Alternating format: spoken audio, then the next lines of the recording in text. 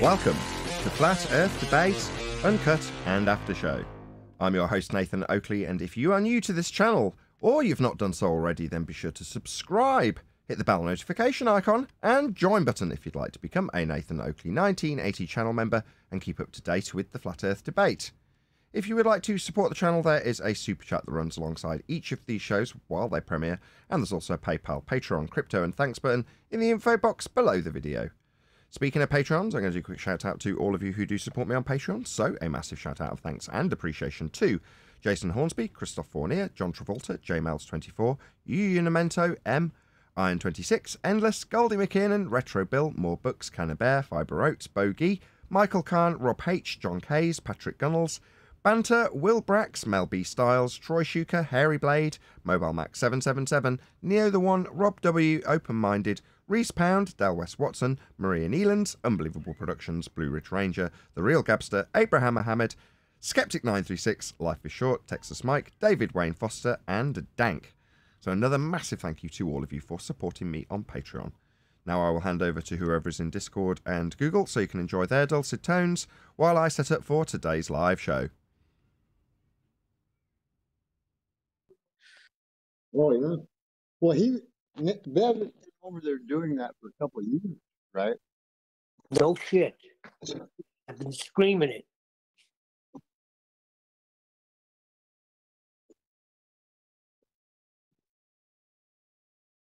I don't know if your line's messed up, Steve, but we can't hear you talking and your line's flashing and you're a bit muffled before. I don't know if you want to drop and rejoin.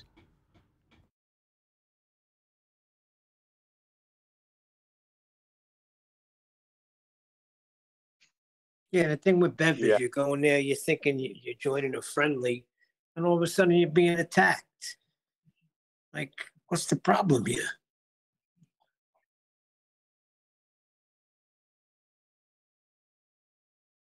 You assumed, Neil.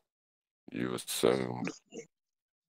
Yeah, because it's such a good argument. How could you not assume that everybody would be jumping on this and excited? You go there and you get, you could do F4 with an angle. But I think Chris Berry came in and just a glorified protractor. So I'm sure, I'm not an expert in it, but I'm sure, you know, I don't have to be a fucking subject matter expert with, you know, I don't have to have a sextant in my hand right here. I can understand conceptually, right?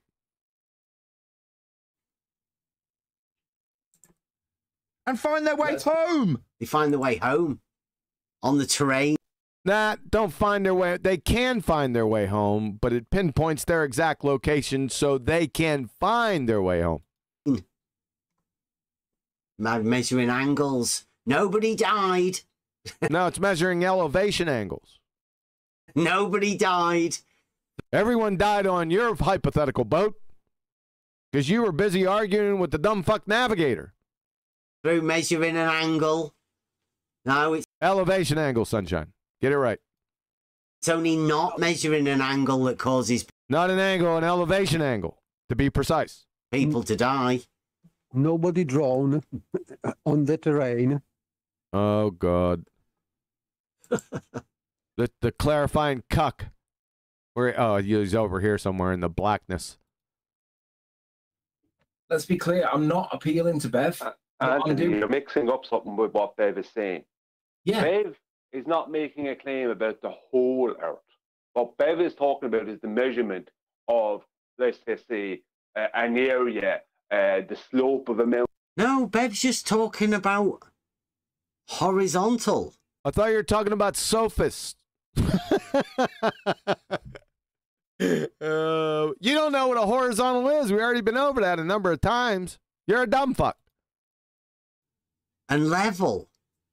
Being equal to each other. That's not your fuck. That's not an argument. Those are axioms. You dumb fuck. My word. That's Brian just it. tried to say you're talking about slopes of mountains. They're measuring angles and getting upset that I say you can't do anything with No, we're measuring elevation angles in celestial navigation. an angle. Oh, did he say you could do fuck all with an angle? I'm not gonna show Bobby again. You can do nothing. What if you had two angles? Call.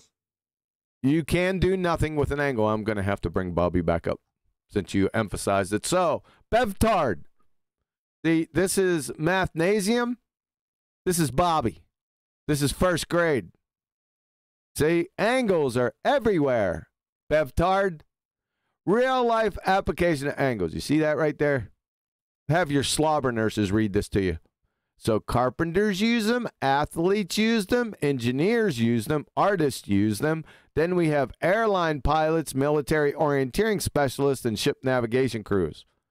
They use, you see this word right here? This is fucking angles. Thanks again for about the 28th time. What if you had two angles? Where? What if you had two angles? Where? What are you talking about? Well, you You're just waving two angles around in your hand. What did that dumbass cracker say? Waving two angles around. Do you think like angles are animate objects that you can wave in the air and shit? You could put them on a scale. Are you that dumb fuck? Or are you just playing dumb? I don't think you're playing, by the way. What? It's ridiculous. I don't. It damn sure is ridiculous. This whole fucking thing been absolutely ridiculous. And expose your dumbass as a pretender clown moron. Fur. No, like you have to put a few more qualifiers down for you to be able to determine anything. Here we go again, this fucking guy. Yeah, you could do fuck all with a wheel. Well, you have to put a few more qualifiers down, like axles and shit, right? You're a fucking clown. If anybody's ever looked at Data, which is the follow-on book to the Elements, it tells you all of the parts that you need to be able to determine the bit that you don't have. I thought you had a problem with that. Remember, you were indicting trigonometry before about the part that we didn't have, the opposite side, the D side. You remember that? He's contradicting himself. He's a stone cold dumb fuck, man. The minimum requirements for you to work shit out. Jeez, It's in a book called Data. Oh god! And that has a constituent part of right? If you want to do trigonometry. Oh my god! He just clobbered himself in the face again with a spade shovel, folks. You can't make this shit up. Trigonometry requires a right-angled triangle. What? What the fuck? Oh, you dumbass. No, it doesn't. No, it does not. You ever heard of law of sines and cosines? You dumbass. OMG.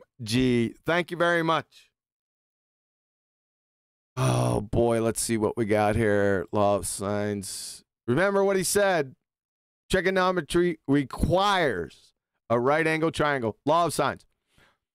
From QMath, the law of sines establishes the relationship between the sides and angles of an oblique triangle. That is, non-right triangles. The law of sines and the law of cosines in trigonometry, you're fucking done.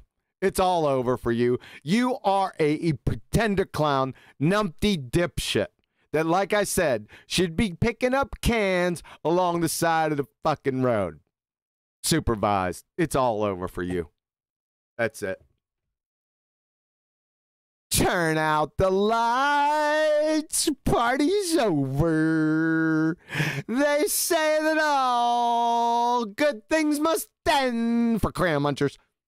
You're fucking done. Oh, you were done from the beginning anyway. This is just icing on the fucking cake. We got to end this quickly. That's a whole triangle. All right, I'm fucking done. That's it. There's not too much left, I don't think. Hey, 10th.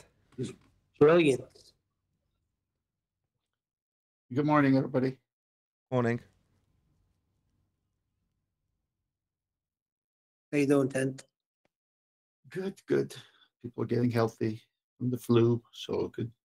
What are we covering today?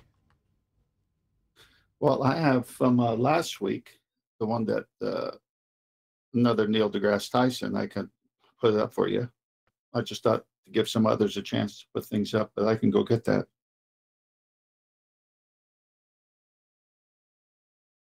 First to come, first serve, right? I like that. Shot time. I'll be right back. You're good in Discord? Yes, Nathan, we're really excited. All good, all good. Good to know. I've got a quick question if you have a minute. Yeah, go ahead, Humble. I've heard the term used that something is conjured in the experiment. I was just wondering if I could get a quick example of what that is and what that, or one of these experiments and what it means. I think it was in the Cavendish experiment. Yeah, they're claiming that mass attracts mass, and the phenomena is conjured in the experiment when they dangle the balls. That's not mass attracting mass. They're claiming it is, but the point of an experiment is that you're establishing the cause of something you've studied in nature. So you've seen something happen and gone, why does that happen? So as opposed to saying, oh, look at those two balls. They're rolling towards each other inexplicably for no reason. Why does that happen? That isn't what they do. They conjure the phenomena within the apparatus and then ask, why did that happen? After they've got the apparatus.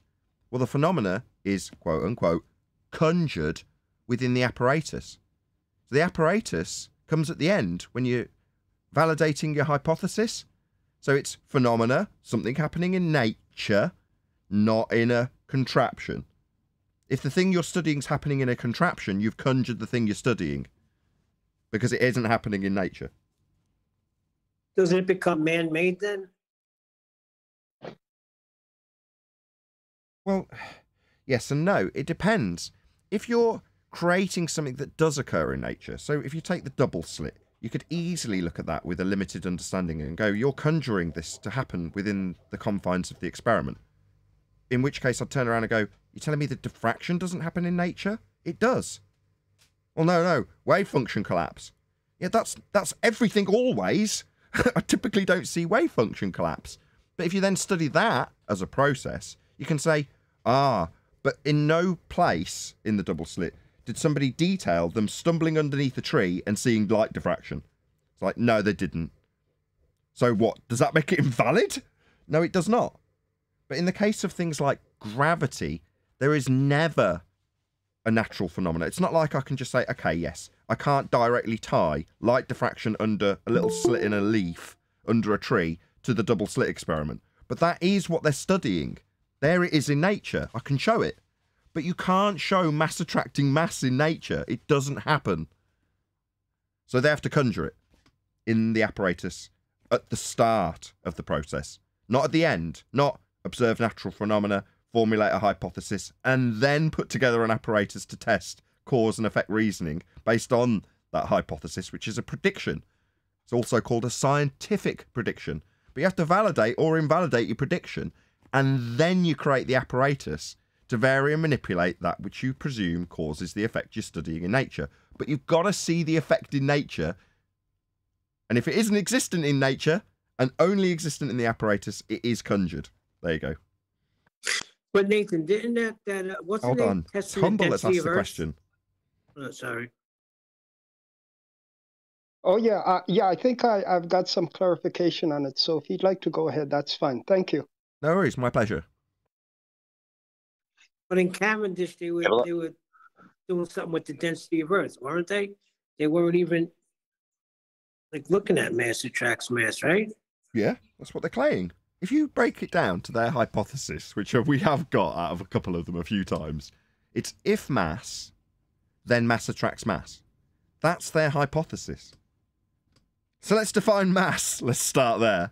But just lay it out in the hypothesis. It's absurd. If mass, then mass attracts mass. That's their hypothesis. Yeah, that's retarded. Right, but it's okay. So they made a language problem where they said, okay, I see things moving towards the ground. Now, irrespective of things moving in all directions, like gases or things that float, right? They say, I see things moving towards the ground. Therefore, mass attracts mass. They skipped a whole bunch of steps. And then you say, how would I measure the density of the Earth? Well, with the balls, they're attempting to measure the density and weight of the balls.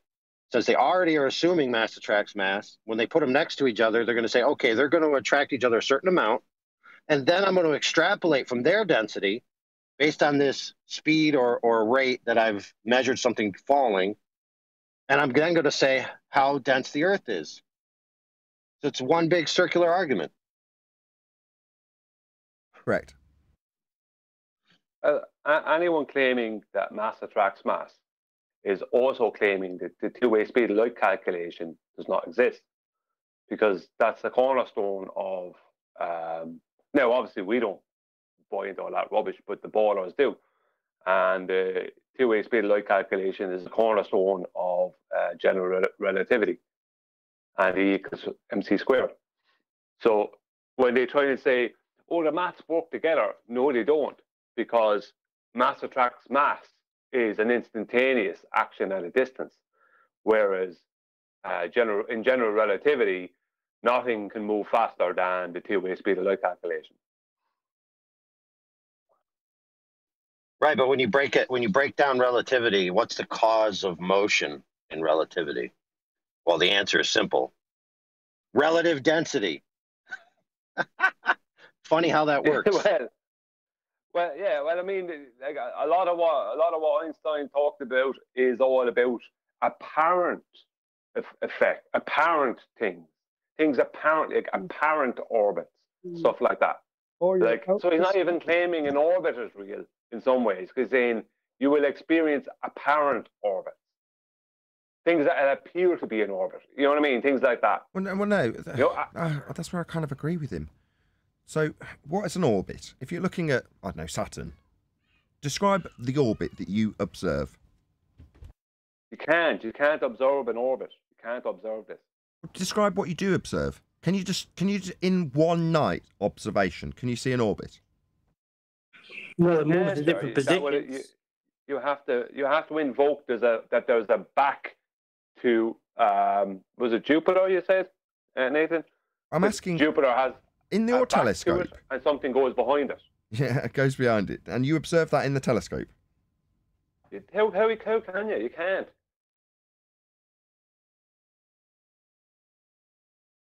How do you observe the behind of something when you're looking at the front of it? Well, they're not in different positions? Yeah, but you can't observe the behind of something if you don't know it has a behind. For a start, and you can't observe it if you're looking straight at it. How do you look at the back of a wall when you're looking at the front of it? Like I'm looking at a wall now. How do I look at the other side of that wall if I'm looking at this side? I can't. Superman, X-ray vision. But that is not even seeing the other side of the wall. You can't do it. It's nonsense. Like, he was right. I'm not disagreeing with what he said. Like, I agree. Apparent orbits. You could call it orbits if you want. You could say it appears to do this, appears to happen, but we have no idea if it does. He had to beg the question that the Earth was orbiting the sun, and the moon is orbiting the Earth, and the Earth is a globe. I don't even know. I don't really even think he even bought into all that. I think he kind of had to buy into all that for the time he was in. I don't think he believes all that rubbish, but he did believe, he did pump out his own brand of rubbish. Well, Like, even to say apparent orbit, though, you have to reify the celestial sphere model into reality. Yeah, I suppose they do.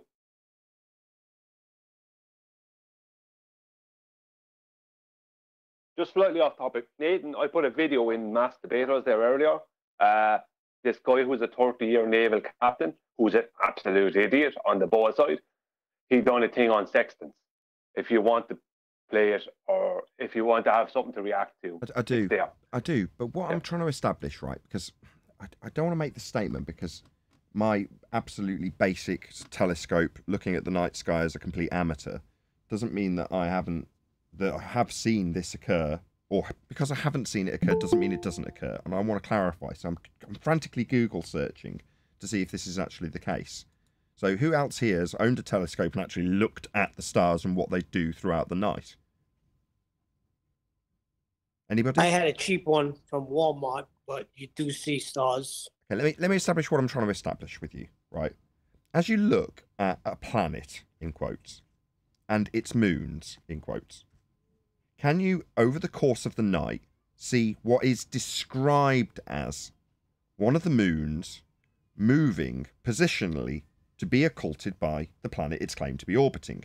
Is that something you can see over the course of one night or not?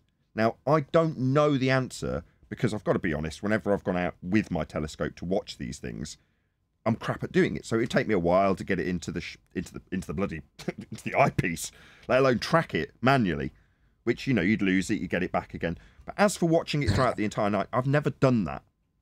Now, I've watched stars from all the way through the night, all the way through to the morning, all the way through to midday in the case of Venus with the naked eye. It's much easier to track that way, even with clouds.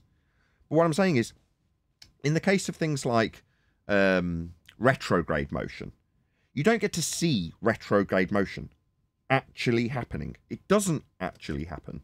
It's an inference you take after you take nightly imagery and say, look where it was compared to where it was last night.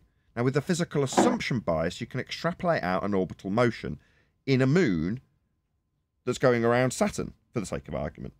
But only, and I don't know if this is the case or not, if that actually happens through the course of a single night.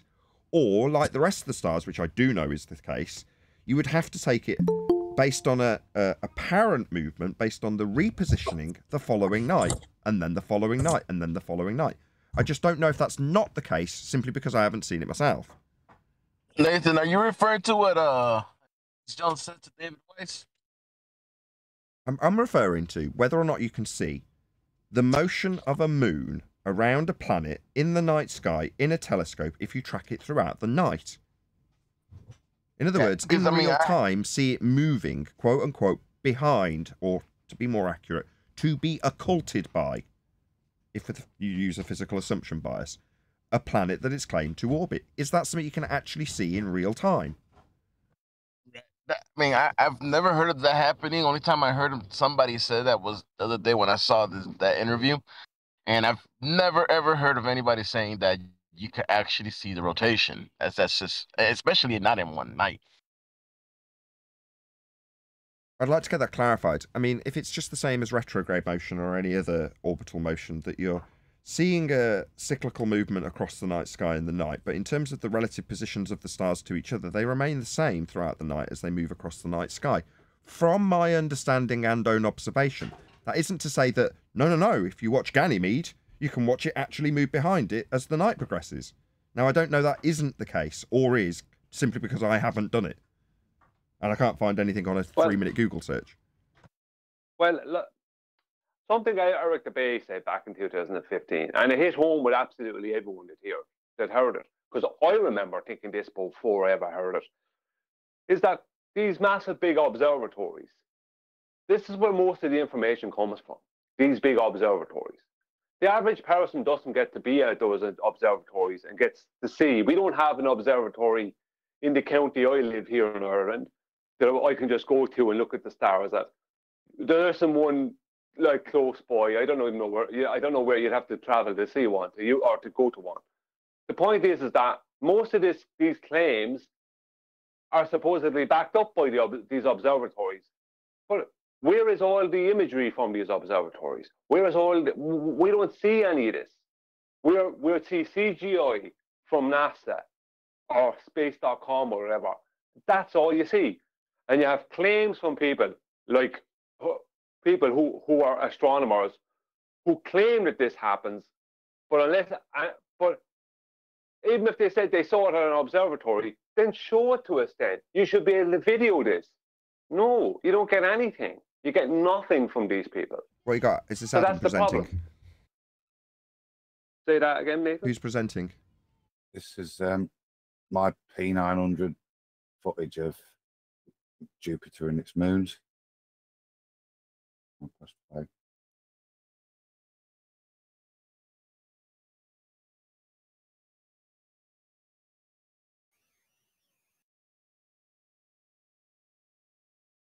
Obviously, just for reference, that's the moon, and that's Jupiter there. I'm about to zoom in. Our moon, you mean? Yeah, our moon. Yeah, yeah. And then at the 7 o'clock position relative to it is Jupiter there, that little dot now. And then I should bring in the moons as well.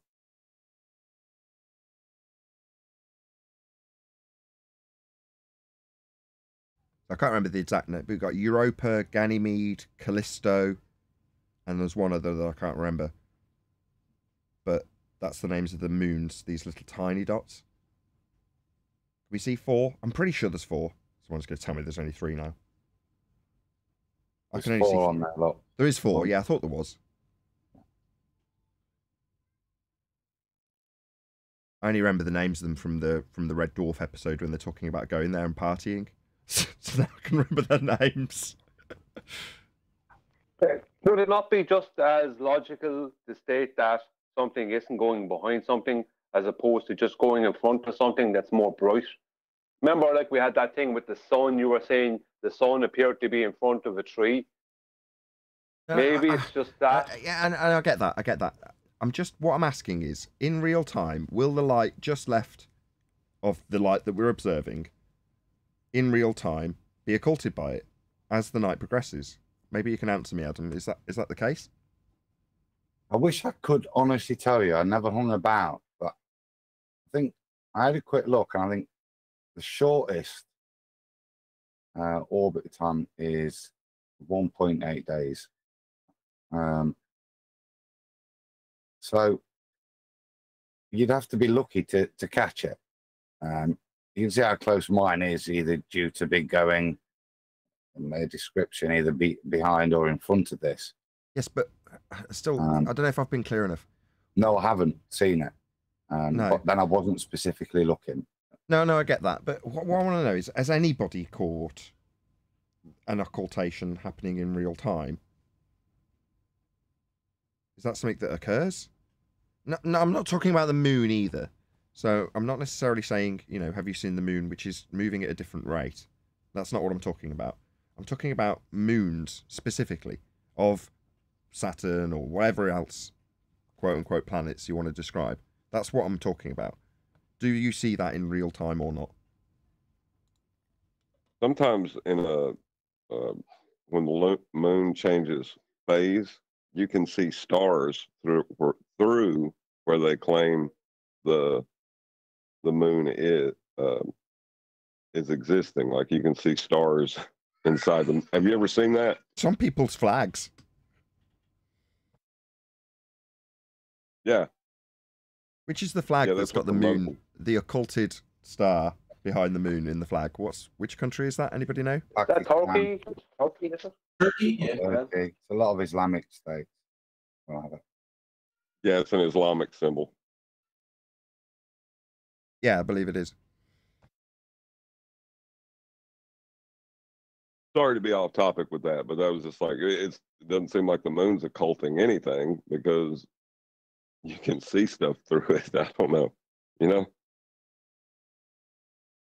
I've never seen it myself, but yes, I from memory have seen imagery of that presented. Again, I can't verify it, so but you know, like I say, it's as I understand it, very well understood that that is the case, to the point where people put it on their flag. Well, the boot conspiracy will probably have a video on it. Nathan, I put Brian's video up in Master D, and then the one from Neil deGrasse Tyson that I had is following after that, if you want to do the reaction videos. Yeah, the one I put up is it's not. We won't be long going through that because I listened to the first few minutes of it, and it's extra levels of stupid, but there's nothing. It's just a guy who's a 30-year. He's 30-year naval experience. I think he's a retired captain for the supposedly retired captain for the Swedish Navy. Is this Sweden? You know, and he's coming out with a video about sextants. Now, this same guy, I asked him some questions about the sextant some while back, and he wouldn't answer them. He wanted to come back with red herrings and ad homs and whatever else. So, do you know what you're getting?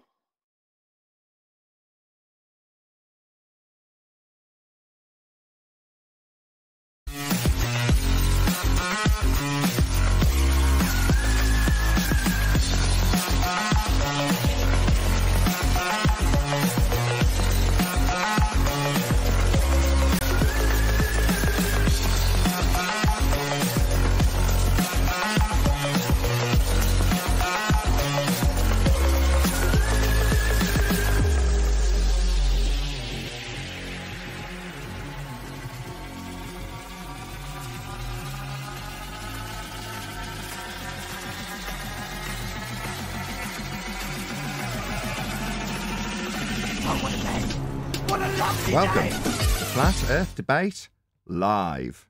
I'm your host Nathan Oakley, and if you are new to this channel, or you've not done so already, then be sure to subscribe, hit the bell notification icon, and join button if you'd like to become a Nathan Oakley 1980 channel member and keep up to date with the Flat Earth Debate. If you would like to support the channel, there is a super chat that runs alongside each of these shows while they are live, and there's also a PayPal, Patreon, crypto, and thanks button in the info box below the video. Most importantly, if you'd like to join the discussion, simply mute the page you are currently watching, then click the link in the info box below this video to join the panel and express your views on the nature of Earth. If you do join, please don't swear. If you do, you'll be ejected, and if you are, please don't try to rejoin the stream using sock accounts. You'll be warmly welcome back on the next stream. Please also share the show on social media. Sharing the show obviously increases the live audience, but this in turn increases the chances of a more diverse panel, so please share the show on Facebook and Twitter. One last time, if you're new to the channel or you've not done so already, then be sure to subscribe, hit the bell notification icon and join button to keep up to date with the Flat Earth Debate.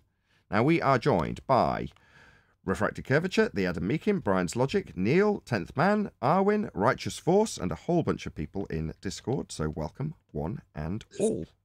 Yeah. Good morning, good morning. Hello. Hey, good morning. Good morning, you everyone. enthusiastic lot. Very pleased to hear it. First plug of the day, because I didn't do it yesterday at the end of the live show, although I did give QE opportunities to do so, and he just didn't. And he moaned about me after the fact, so there we go. I'm going to plug QE show, because it was very good, and I did listen to literally all of it this morning once I saw it was already broadcast and published and ready for me to listen back to, so I did. It's called The Treatment. It's in regards to Bev Dry Thinking. Go and check it out. It's on the Quantum Eraser YouTube channel, so be here or be sphere. At the top of the live stream chat feed, there is a link to that video. But that was covered in the, not really covered, just played in the pre-show. Just the last minutes that I hadn't listened to before the show started, so I couldn't squeeze it all in. And the guys on the panel all got to listen along, and it was good. Yeah, very good job.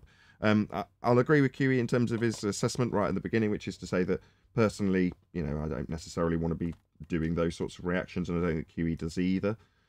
He described it as Bev pulling on Superman's cape, which is a fair enough description. So he got a response out of Superman, that is to say he was pulverized by him. But typically we want to be dealing with things that are a bit more, in line with the heliocentric rhetoric, as opposed to dealing with numpties on our own side. But sometimes needs must, and that's why QE's done it. So if you're going to be critical of QE, attacking the low-hanging brute, then don't. It's just, that's how it is sometimes when you're reacting to things.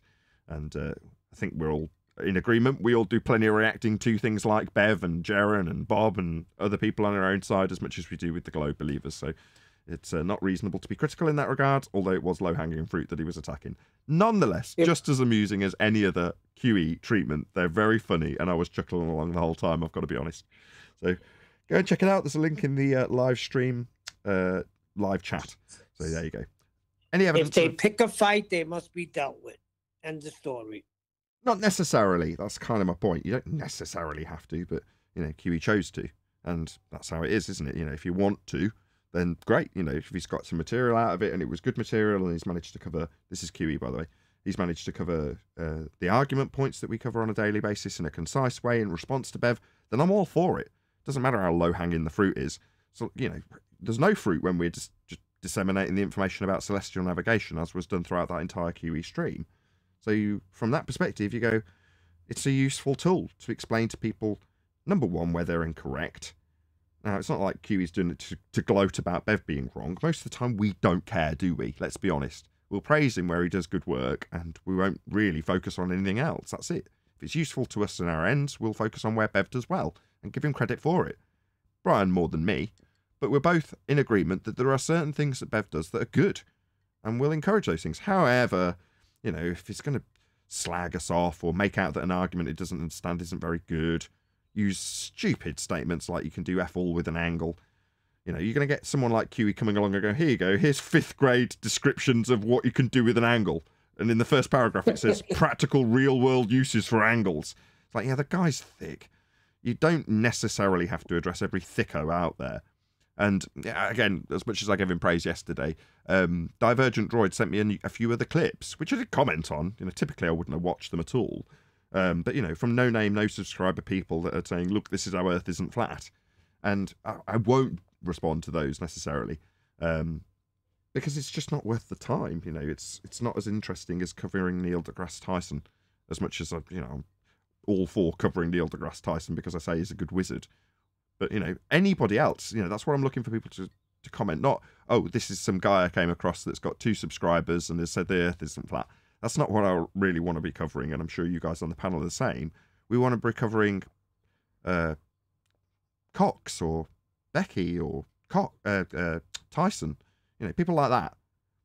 Michio Kaku, that's who we want to cover. The people who actually disseminate the mainstream globe rhetoric to the masses. You know, not the people stuck in our little pond, which is what we want the heavyweights. Exactly. We can address the heavyweights, so let's address them. Just before you move on, I just want to say something concerning Bev. Bev doesn't have to learn about celestial navigation. There's no law that says he has to do that. It doesn't matter to anyone whether he does or doesn't. Bev does very well with geometry and surveying and holding the ball as the task on that. But what Bev does is he attacks arguments and inadvertently alludes to attacking people based on, and subjects based on his lack of knowledge of them. He doesn't understand celestial navigation because he made a point of not wanting to learn it. And the people around him know less about it than he does, because they just follow his lead because they see him as a good leader. So consequently, they have trust in him. They have trust in him, so they never learned about it, and they don't understand it. So they laugh at it the same as he does. But I don't understand. If you don't understand a topic, you haven't learned about it, how can you attack it? This is where he's going wrong. If he just sticks to doing what he's doing and doesn't go attacking other people, other things other people are talking about, not other people's things, but other things other people are talking about or making arguments about, when you don't understand those things, then this kind of stuff won't be happening. I mean, Bev does a great job when it comes to geometry and surveying and holding them to task on that. But then he says things like, you could do F4 with an angle, and then talks about a theodolite. Theodolites measure angles. Just an angle, not special angles. No, not more special than some other angle. If you're going to measure an angle, you're not going to measure it for no reason, and you're going to use a tool, the least you'll use is a protractor to measure that angle. You know what I mean? Like, the reason this stuff is happening is because Bev doesn't do his homework and his due diligence on learning about things like celestial navigation and scientific method, from what I heard on one or two of his streams. And he doesn't attack scientific method so much, but he doesn't know what it is. I know because he added mathematics in. You know what I mean? It's like, if you don't know what something is, then don't talk about it. You don't have to learn about it. You don't have to know about it. No one is asking you to be an expert on it. You don't have to learn about celestial navigation. Do whatever you want, but don't be putting it down and making us out to be stupid because we use that as an argument when you don't even understand it. I mean, nobody here is arguing with horizontal and level being the same thing. We'd make that argument too. We have no problem with that. That's Bev's main argument. Speaking of which, is there any evidence that level isn't horizontal? Is not horizontal? No. I have no evidence of that. It is an axiom you build upon, you know, that level is horizontal. Yeah. Right, any evidence? I have no evidence. In regards to the argument, this is specifically. So any evidence that you can acquire an elevation angle measurement from a curved Earth? No, you can't.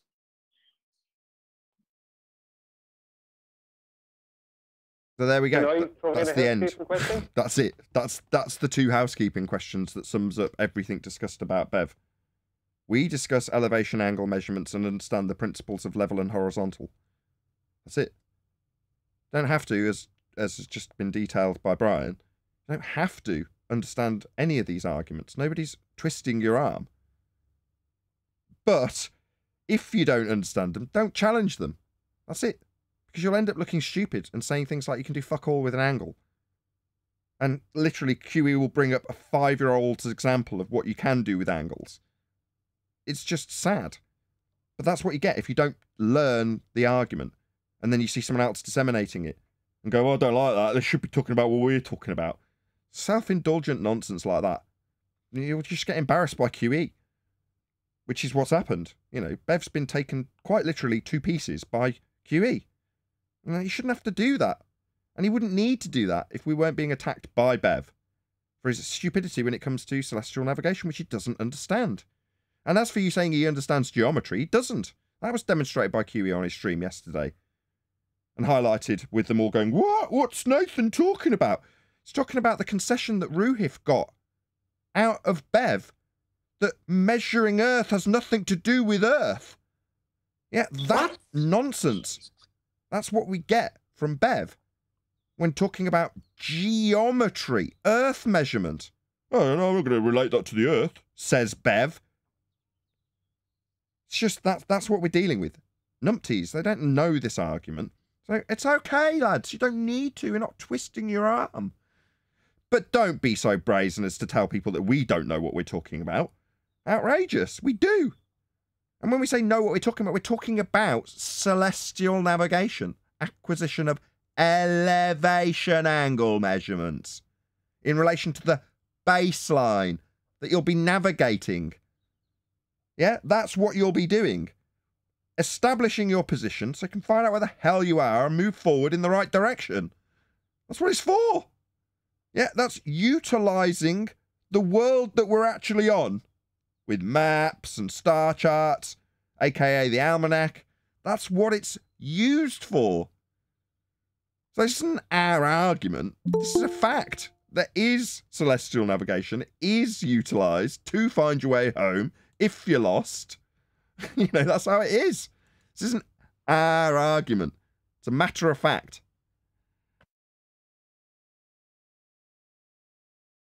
Any evidence of the distance to the sun?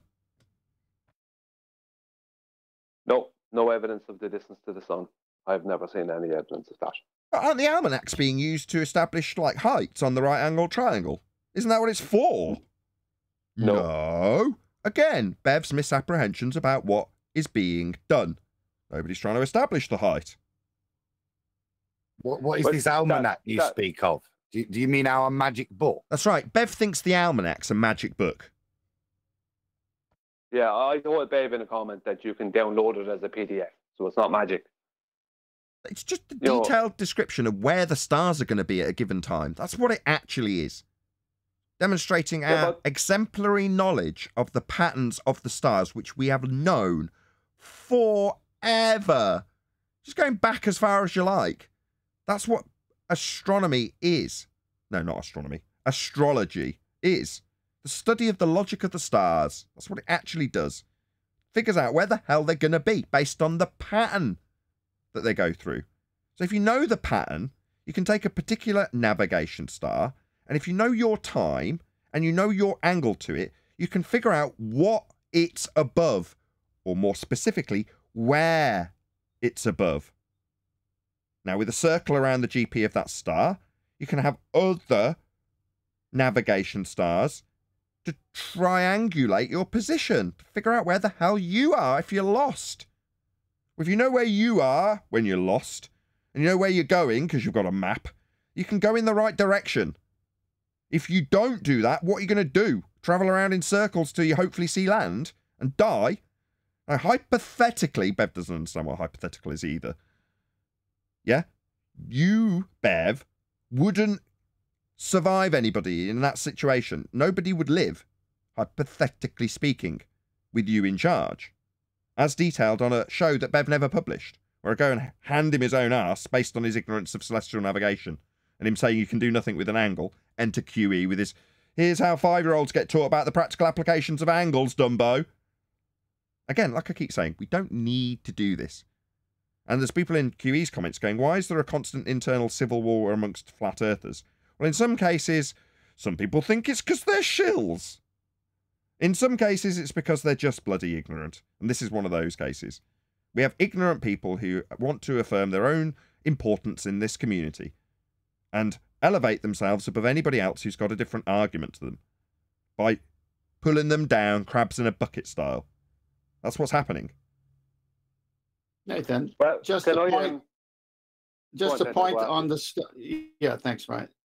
Just a point on the stars. We're told that on the Glober side, Eratosthenes, and how he knew the sun would be directly over a well at a certain time each year. Okay, keep that in the back of your mind. Brian and Adam, I'm going to call you in on this one.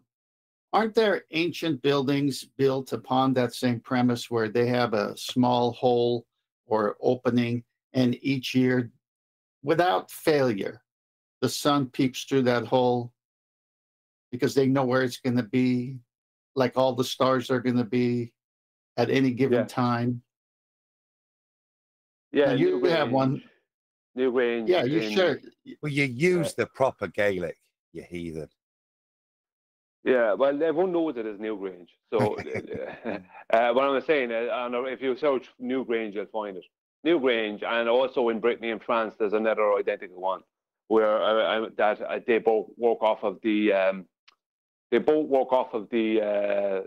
December solstice, the what we call the winter solstice, where on the 21st and I think the 22nd of December, the sun shines directly into the cavern and lights up all the internals of the cavern, of the tomb, or not tomb, of the cavern. I'm not sure what best way to describe it. But there was also the same existed in Egypt, supposedly, but they moved them because they wanted to flood a valley. My cousin was was learning about archaeology, and they moved.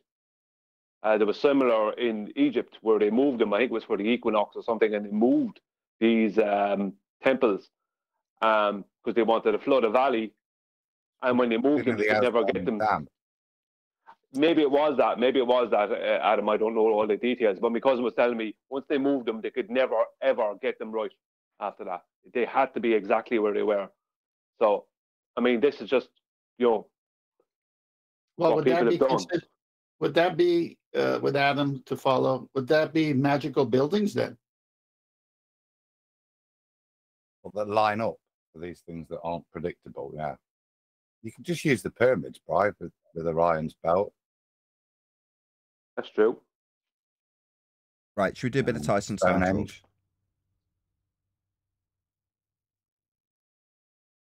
No, you're in the middle of talking about this. Well, my point to finish up is that the Ephemeris, which is the book that all the stars and their locations are is what the nautical almanac uses. Well, and then they don't change. I mean, they change, but they come back right to it because it runs a circuit. And that's why they're able to put together where the stars are thousands of years in the future as well as the past. So you're using the stars and the angles to them to place yourself with the GP of the star and the GP of the navigator. And you need the right angle for that. And it's the minute you say that, it's over. The minute you say angle, it's over for a globe. Well, just before the very last point, hopefully, on this topic for today with Bev. When I went over to, I tried to talk to Bev twice about celestial navigation. The state want to know. I offered to go over eventually because he kept getting everything wrong. I hear him talking, he was getting everything wrong, and so were the people on his panel when they were speaking live. So I said I'd go over and I'd do a basic presentation on the elevation angle and how it's acquired and blah, blah, blah. And there's just the basics of the start in a circle of equal altitude. He said, okay, I came in, did the whole presentation, and a guy there called Saragaki, who was supposed to be some kind of geometry whiz, supposedly. I don't know, they seem to hold him in high regard anyway. After I went through the whole presentation, he confirmed to me that he'd watched it, listened to it, and paid attention to the whole lot. And then he said, if you change the length of the hypotenuse, I had an elevation angle on screen on GeoGebra or something. And he said, if you change the length of the hypotenuse, right, which means keeping the same angle but making the length of the line shorter, then that will change the length of the adjacent. And I said, right. And I pulled the adjacent back for him. He said, and that means none of it works. So it's geometrically impossible. What he was basically stating, right, is that celestial navigation doesn't exist or some nonsense.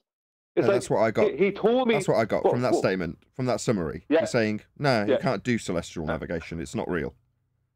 Yeah, because the worst thing is he told, and I didn't correct him on this at the time. I didn't correct him, right? Because at that point, I was an hour and a half in, and nobody seemed to really, only one or two people there seemed to have some interest. Most people there didn't really interact. They weren't really that interested. Bev interacted a bit. And he told me he had paid attention to what I was after showing. He said he paid attention, he watched it intensely, saw the whole lot, the whole presentation. Now, it was very basic, right? And then he said, if you change, 1 second. He said, if you change the length of the hypotenuse, the length of the hypotenuse is determined by the length of the adjacent. So you can't change the length of the hypotenuse because it's that length because you have already measured your horizontal adjacent. That's what gives it the length. And that's why I didn't bother. That's why, 1 second. That's why I didn't bother correcting him, because what's the point? If that's what you're dealing with, what's the point? He said he watched it, couldn't have been any simpler. And then you get to that point and he thinks that he has debunked the existence of celestial navigation because he didn't understand it. And this man, when they played some of our audio on Bev's on Friday, this man called me a liar and said that I had been debunked on Bev's when I did my presentation, all because he didn't pay any attention. Wow. That's what you're dealing with. May I ask you, do you think his point was that if you don't cite the star you're citing and cite somewhere else, you change the hypotenuse? Is that what he was implying? No, I don't know what he was implying. It was just wrong, whatever. He couldn't geometrically understand it. It's none of that. It's none of that. But remember how, we were talking about pure geometry and blah, blah, blah, blah, blah. Well, I mean, AKA just math, AKA just drawing things on paper. The thing that flat earthers and globe earthers are for whatever reason don't understand is that when they tailor their arguments, it only exists in the vacuum of proving a reification fallacy. Because why the fuck, sorry, it's the morning show, why on earth would you need to know the height of a star in celestial navigation? Well, they have to say, well, this doesn't work for trying to apply it to the entire world as a proof of a flat Earth. But I mean, if they understood that you couldn't get the angle without it being a flat plane, then I don't know what to do for them. But I think it's just built out of necessity to argue.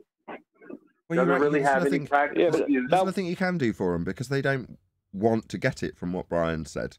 Now, when I got there and tried to explain this stuff to Bev, he didn't want to understand it. He wanted to argue with me. And he's not arguing with me at that point. He's arguing with what celestial navigation is. All right, well, I said two parts, so just erase the first part and just keep the part that I said they just want to argue. Maybe, yeah. I mean, my assessment is that they've got an elevated sense of self-importance, and that elevated sense of self-importance has led them, like crabs in a bucket, to drag the people around them that seem to be, I don't know, in their perception, doing well or getting to a more broad audience. I don't know, but for some reason they want to drag those people down. It's like, fine, you know, if we're doing something wrong, I would hope we'd all agree that we are really open to criticism here. If we're wrong, come and tell us. Yeah? But if we're not wrong, don't try and criticise us based on your total ignorance of a subject. In this case, celestial navigation, because it's not going to end well. Yeah, Bev recently in the past 2 days... Sorry, Adam. I just very quickly... Bev, in the past 2 days, wrote a comment to me saying that I was arguing not with him, but with basic geometry. Now, I asked him to clarify it, and he never did. Sorry, Adam, go on. Just going to say it's a repetition of the same thing that happened with the Black Swan. Black Swan was out, and we had all of these issues. It don't make sense. It's a load of rubbish. And then I ended up confronting him on it with that very specific purpose. I think I'm not afraid to be wrong, and you're out there as a flat earther saying this is nonsense. It's wrong. It doesn't stand up. I can disprove it. And after trying to get that point across, we spent 3 hours where, first of all, fundamentally, Bev goes on to demonstrate he's not even listened to you, doesn't understand the argument, and then you get, well, what did I have? The Earth's not flat because you've got hills and mountains, is what it descends into. As you say, Nathan, goes to just start an argument with you on anything, as opposed to pressing the point where you're there. I say mine descended to definitions of topography. Well, there we go. I call it. It has a name. It's called argument ad retardum.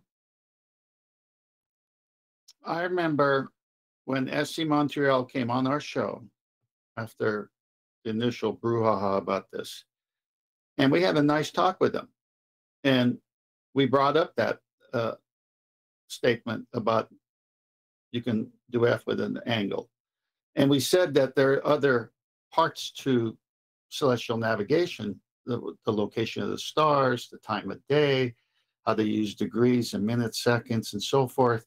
There's a whole part about it. It isn't just you take an angle and then, okay, I know on where I'm at just because I took an angle. No, you got to know what you're using to establish that angle. And one is the baseline, and one is the altitude of the star above the horizon. That's why the sextant has a horizon mirror. So we went through that with SC Montreal that one time. And he says, man, you guys should come on the show and go through this. I mean, so he got more from us in that one visit than just an angle. So I don't understand why you isolate an angle, because if someone said to me, well, with one angle, can you do anything? And I said, well, no, not without the other parts, because I need to know the star I'm looking at, and I need to know where it's supposed to be over this Earth at the time I'm looking at it. Okay, so I could answer that way. And I could say, you can't do anything with just the angle. Okay, if that's a standalone statement, then yeah, we agree. You can't just do anything with an angle. But if you know what you're using it for, now that's the part that Brian is saying, that the laziness comes in, where they don't say the other part. You need it all. I don't understand why you separate them at all when we've never produced or introduced just an angle by itself. Yeah, but there's a couple of problems. Number one, as you said, it's a complete misrepresentation. We never claimed to just take an angle, make an angle for no reason. Number one. Number two, nobody goes and measures an angle without using something, even their hand at least, to measure degrees of something. Nobody measures an angle without having some use of a tool. Do you know what I mean? Something to measure, even a protractor, to measure that angle. And if you're doing it, you have a reason for doing it. Nobody's going off out to beaches to measure an angle to something for absolutely no reason whatsoever. Nobody. Literally, I could say nobody does that. So No, I don't you're know right. where... Yeah, nobody's doing these things. In No, I fact, have something... no, go on. Go I'll on. finish after you're done. No, Well, okay, what I okay. was So, supposed- You go on, I go ahead. then, Kent, because Okay. The Portuguese, when they were setting sail, just before they would set sail, they would wait until they can see Polaris at night. And they would take from wherever on the ship they were going to do it at sea, once they were gone from port, they would hang a string and do knots. And they would hold it up to Polaris and have these knots of string be different degrees from each other. So then when they wanted to return back, they can just find Polaris in the middle of the ocean, do the same thing, and say, okay, we're on the right latitude. So you can take your fist or your fingers, as Brian says, and you can approximate an angle. And so they were using these archaic tools before the sextant was really refined, okay? And so, like I said, even Bev at one time said to me, well, you do know that the angle from Polaris gives you your latitude. So Bev knows that the angle from Polaris gives you your latitude.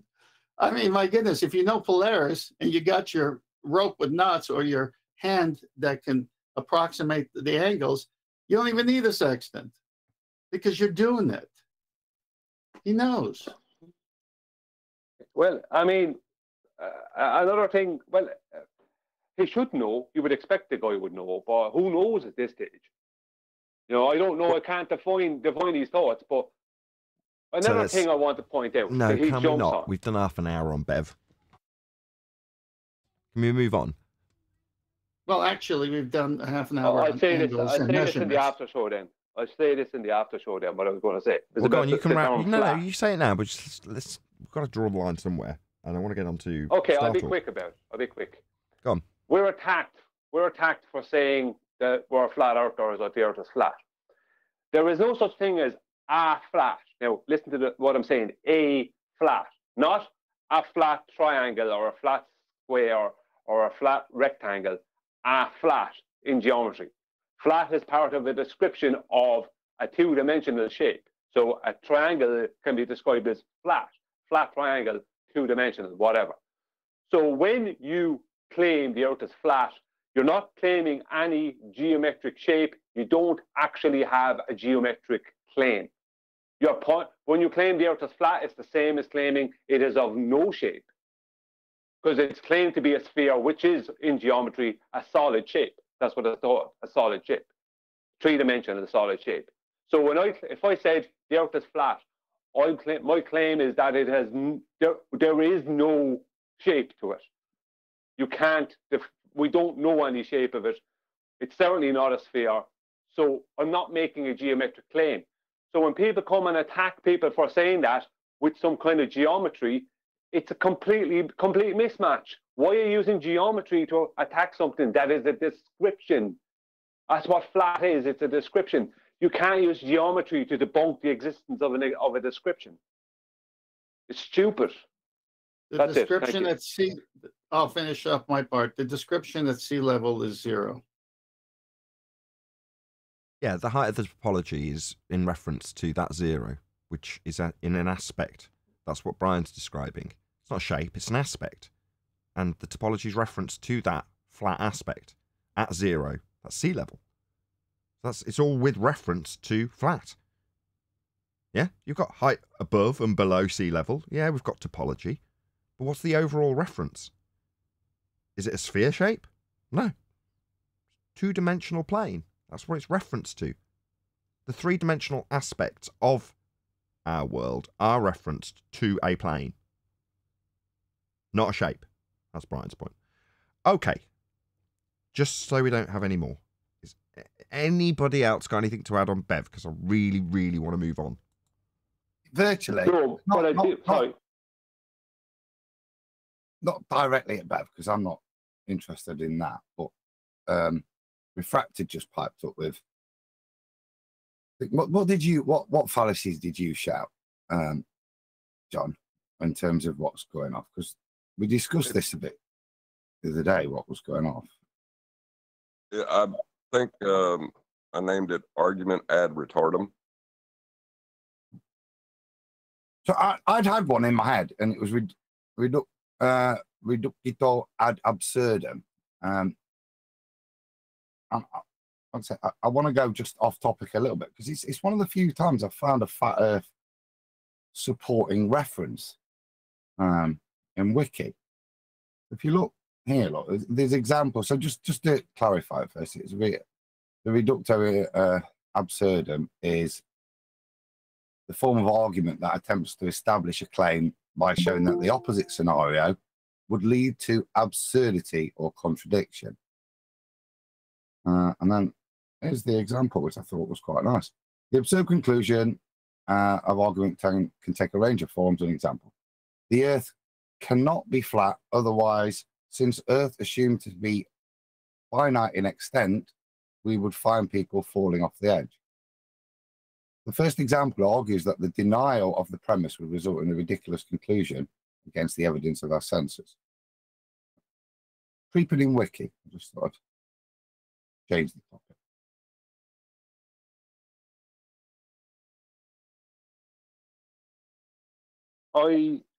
If Adam is finished, are you finished? Yeah, I'm Adam? done. Just random side point. Just so you know, I tried out the question of, is there any evidence that a great circle root is a circle? And Wolfie and them are coming back with nothing. Oh, keep us posted in that regard. That's a good segue. Yeah, well, yeah. Yeah, it's a segue to reaction to this video, as opposed to back onto someone else that's just less important. Okay, are we all happy to move on? There's 108 people watching right now, right? And typically when we get to the hour mark, we're about 3 minutes into the video and it's 18 minutes long. So I'm going to do this now rather than like 5 minutes before. Please share the show. I'm going to put an arbitrary number on it. If we can get to 120 people watching, we'll extend the live show and continue through whatever nonsense Neil deGrasse Tyson's talking about. What's he talking about? Neil deGrasse Tyson explains the Earth's rotation. Oh, this should be good. Okay. So please share the show.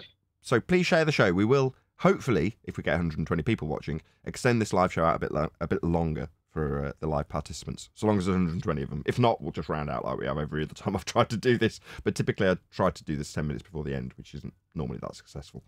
Anyway, please share the show. We're going to get on with this now. So this is Neil deGrasse Tyson explains the Earth's rotation on his channel, which is Star Talk. And yeah, hopefully we'll get some reactions from some of the panel as well. We'll crack on. Chuck, we're back. All right. I couldn't stay away. Well, yes.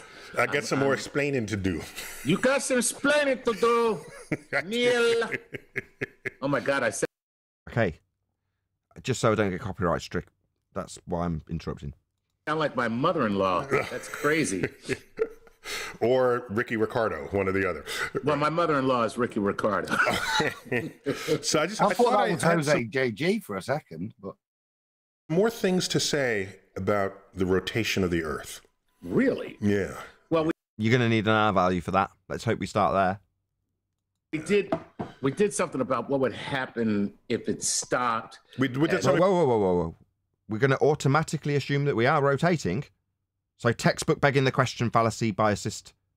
So his brother on the right-hand side of this screen has just said, what happens if it stops? So we're automatically assuming that we're rotating then. Textbook begging the question fallacy. Tell me about how many people Superman would kill if he flew backwards. Superman's about as real as the rotation.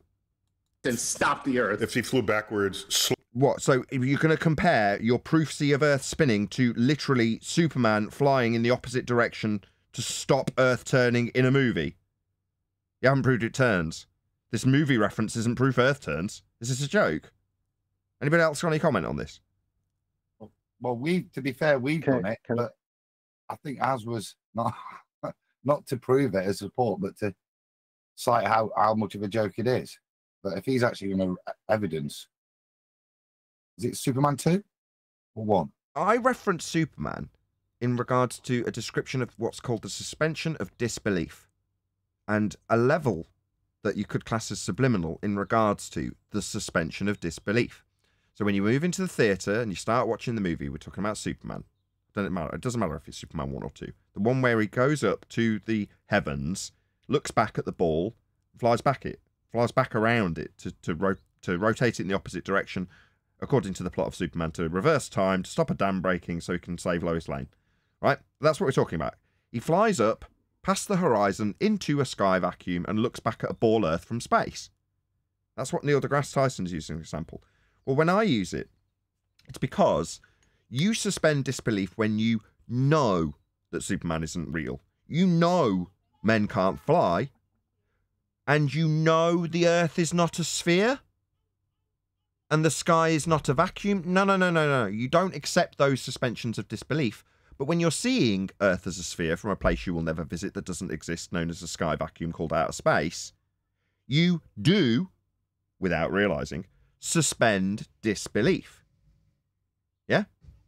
It's ludicrous to think that you could be in a position looking back at a ball Earth from space in a vacuum, so you have to suspend disbelief about it. You just don't realise it. You think you're just suspending disbelief about Superman being real, which is a state that you have to be in to absorb a movie or absorb a play or read a book that's fictional, story-based. You have to suspend disbelief. Just how far do you go? Go on. I was just gonna say, can I give him props on how he threw in a very well placed okey doke? How they started it off with talking about the eventuality of it stopping. So we talked about what would happen if it stopped. Yeah, that's obviously a begging question, fallacy off the rip. But how many times have we been told the only way we would know if it's moving is if it were to stop? Right. Very well placed okey doke by him. That's why he's a magician. Well, he's going to start talking about the effects that would happen if it stopped, right? So in other words, if you're sat in a chair listening to this now, right, assume that the chair isn't actually stationary, that it's moving at 1.2 million miles per hour. It actually is moving at 1.2 million miles an hour. You are moving that fast. That's how fast you are moving. Do you understand? We're all in the room. You're all nicely hypnotized, right? So given that you are moving at 1.2 million miles an hour, imagine what would happen if you suddenly stopped. That's what he's doing. So now I'll describe the catastrophe that would happen if we stopped, on the premise that everything's only moving normally and seeming normal because we're moving. Slowed down the Earth, stopped it, reversed it, stopped it again, and sent it back. Yeah, nobody left on Earth. As if that would actually reverse time, though. Right, as if. Right. As if. So even if it did and could, he still killed 7 billion people. No, he didn't. What we saw was a man claiming to be capable of flying in a place that isn't real, akin to Narnia, i.e. a second law of thermodynamics violation. He then, flew back through space and time, a la Einstein's mathematics of pseudo-Riemannian four-space geometry. So it's very much in line with nonsense from Einstein. Okay. Or however many people were on Earth the year of that movie, which I think was 1970, in the late 70s. But really? So what a bunch of nonsense. Here you go. Say again? What a bunch of nonsense. I mean, Superman was flying so fast, he literally broke the barriers of time and space. He didn't literally make the Earth turn the other way around. That was just from a camera perspective. He's going back in time now. The Earth wasn't changing. It was Superman that was going so fast. He literally reversed the rotation of the Earth. That's ridiculous. Yeah, it's a Superman movie. No, but look, they say maybe just remember, Arwin, there's some according comic to book the fans time-space breaking thing, it's only because he's going that fast. Hold on. He spins Earth backwards. He spins Earth the other direction, Arwin. See, everybody. Have you watched a Superman movie? It looks. Arwin does this occasionally, right? He's got a vague understanding of Superman in the Superman movie, which you probably watched 20 years ago. But no, they're right in that regard, because they're saying, that's not in line with geodesic spending in pseudo-Riemannian four space time. Well, yeah, okay, fine. Yeah, That's the point. They've now got audience agreement that they're not being ridiculous. Of course, you don't turn back time. But of course, we've also got now the task accepting the Earth is spinning, isn't it? And it's a ball. Adam, you got to say as if they could do that. Meanwhile, you're staring at a magical spinning water ball with air not flying off it, and not saying as if the air could just stay there and rotate the way it is. It's hilarious.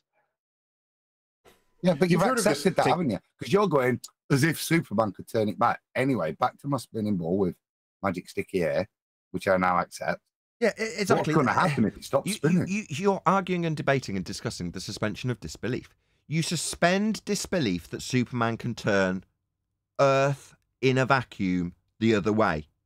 And what you don't appreciate is that Earth in a vacuum is also you suspending disbelief.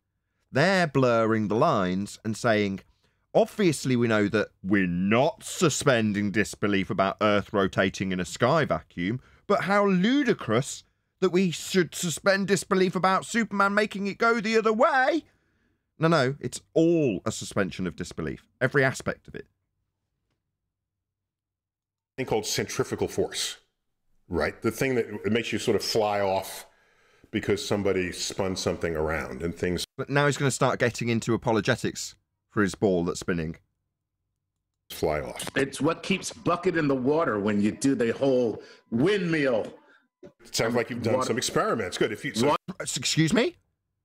It sounds like him swinging a bucket around is him doing experiments, does it, Tyson? Au contraire, you don't know what an experiment is. Him swinging a bucket around is not him observing a natural phenomenon and then figuring out the cause of it by suppositional-based hypothesis experimentation. That's not what this is, Tyson. You bloody pseudo-scientist clown pretender. If you take a bucket of water, you can even with a cup of water. If you take it, and if you spin it sort of fast enough, like windmill style, then the water will not come out. Right. Even though it was upside down. And if you ever played Matchbox Cars with. What did you say, Adam? I know. I see. I was triggered before he said the word experiment. But as I'm pointing out, bucket in a water. What's that got to do with any analogy about a spinning ball with water on the outside? Well, he's working up to apologetics, I think. No, but he's trying to convince you that that you've got practical life experience of why water sticks to the outside of a spinning ball, because as a kid you put water in a bucket and span it around your head. No, he's not. No. If he has, I'll be criticising him and say my estimations in wizardry will go down a lot. I don't think that's what it... The other guy might be asking about it, but I don't think Tyson's directly linking the bucket forcing its way to the top of the bucket with centrifugal forces to Earth not having the water fly off with gravity. I don't... Well, maybe he does. Why has that concept been introduced then? We don't know yet. Let's listen. We don't know yet. Where the car goes upside down and then comes out the other side, you need sufficient centrifugal force to keep the thing up against the track. Right on. Okay? I was a Hot Wheels guy, by the way. So. Oh, you were? Okay. Oh, okay. Yeah, so far he's clarifying something that would be the antithesis of ball Earth descriptions. So we'll just see where he goes. Just hold fire for a minute. Hot Wheels guy. I know you said Matchbox. I get it. Sorry, it was Hot Wheels that had the loop-to-loop. Excuse me. Forgive my... Okay.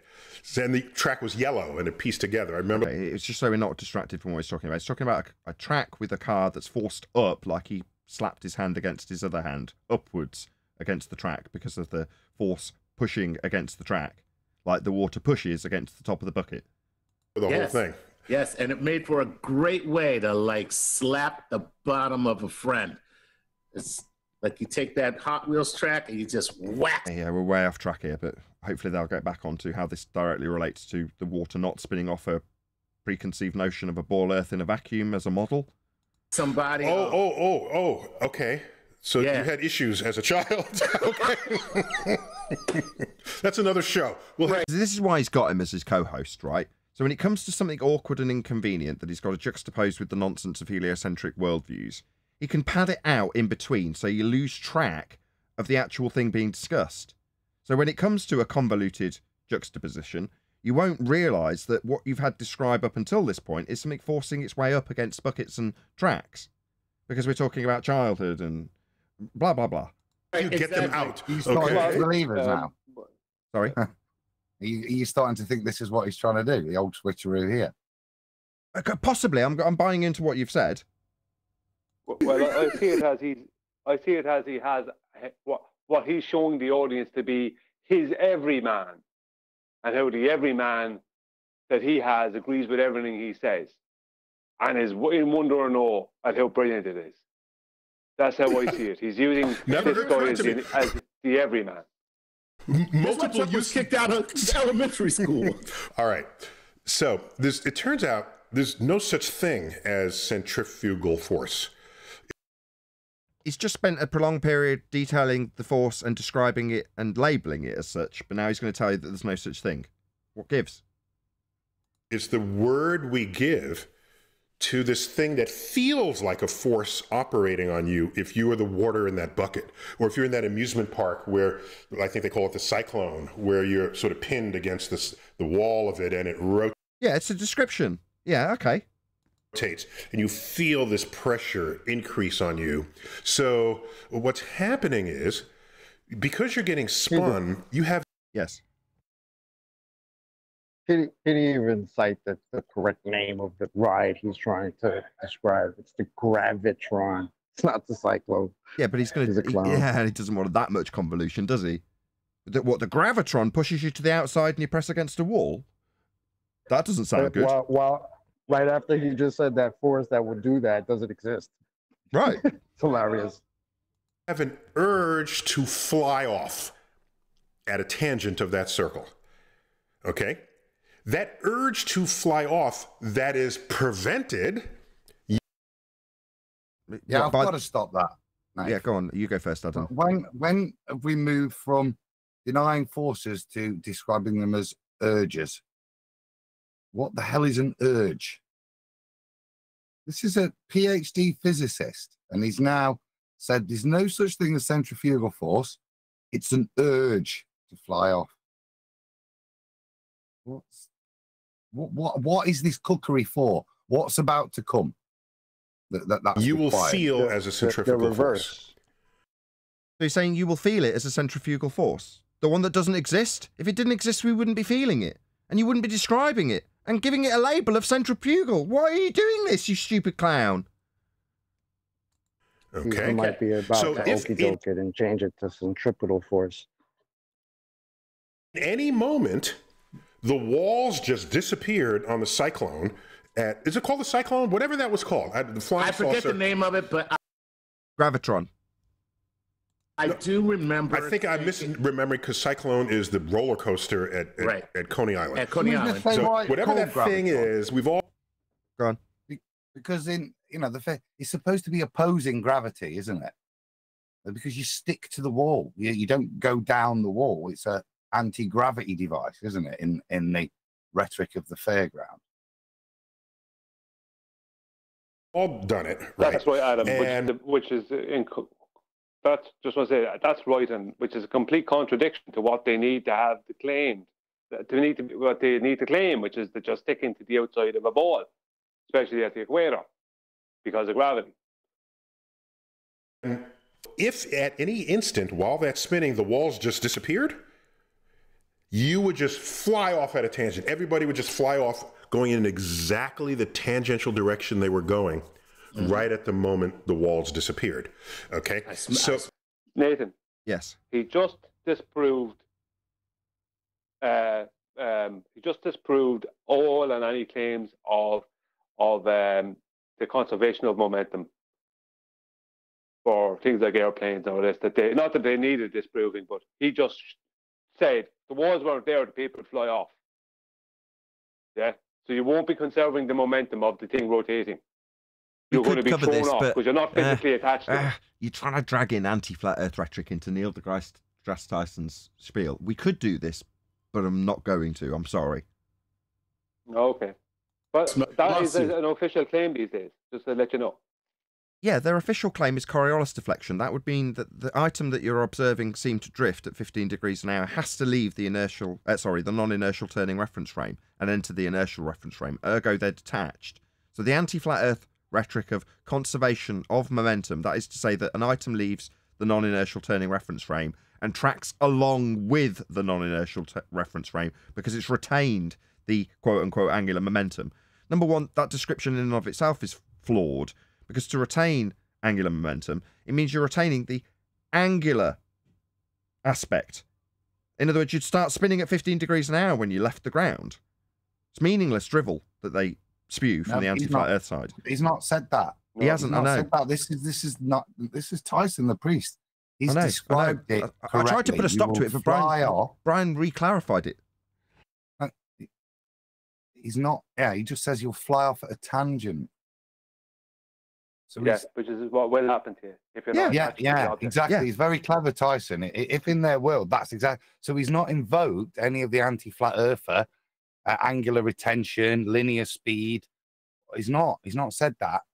He's not gone to their rhetoric. I don't think Brian thinks he does. That you wouldn't That's not what Brian's saying. Brian's saying, listen up, anti-flat earthers. Here's a real priest of heliocentrism debunking your debunk of our pointing out we don't have Earth rotation. You say it retains the angular momentum. Well, no, not even in your heliocentric rhetoric. Are we done now?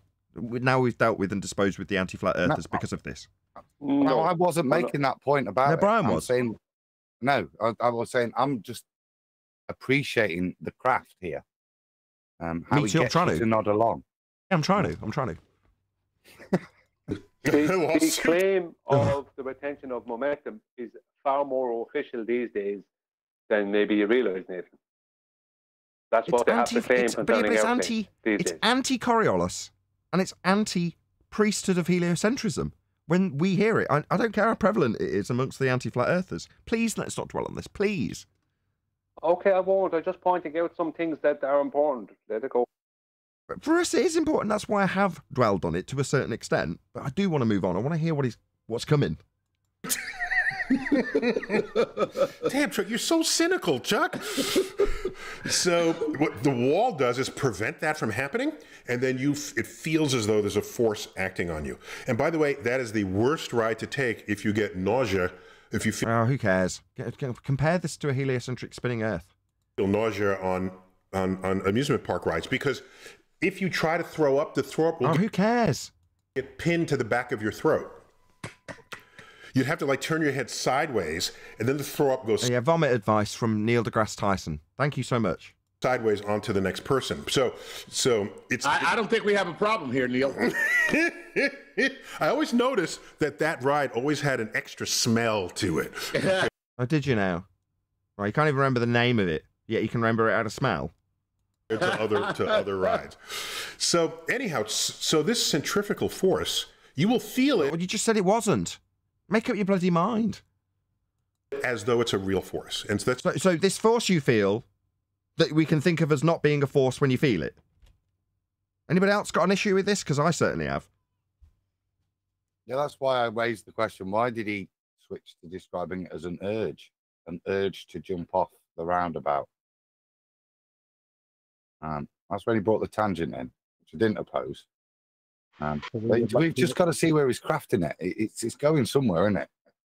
Yeah. Because we're now lost as to That's what why the we gave bloody it hell the point is. And by the way, Coriolis force is another fictitious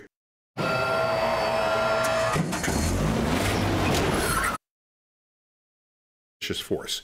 It feels like it's a real force operating, but it's the product of other things going. No, it doesn't feel like anything. It's an observational-based effect.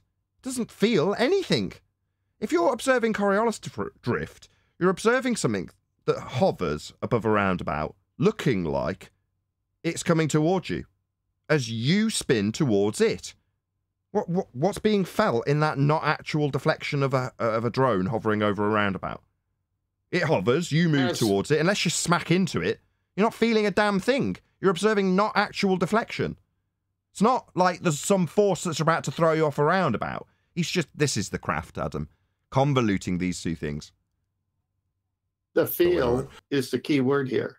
Obviously, when you're pinned against the wall because some mechanical device is spinning you, you feel that. But no, I've never heard of feeling the Coriolis. You can't. It's an optical effect. It's a sight gag, as QE describes it.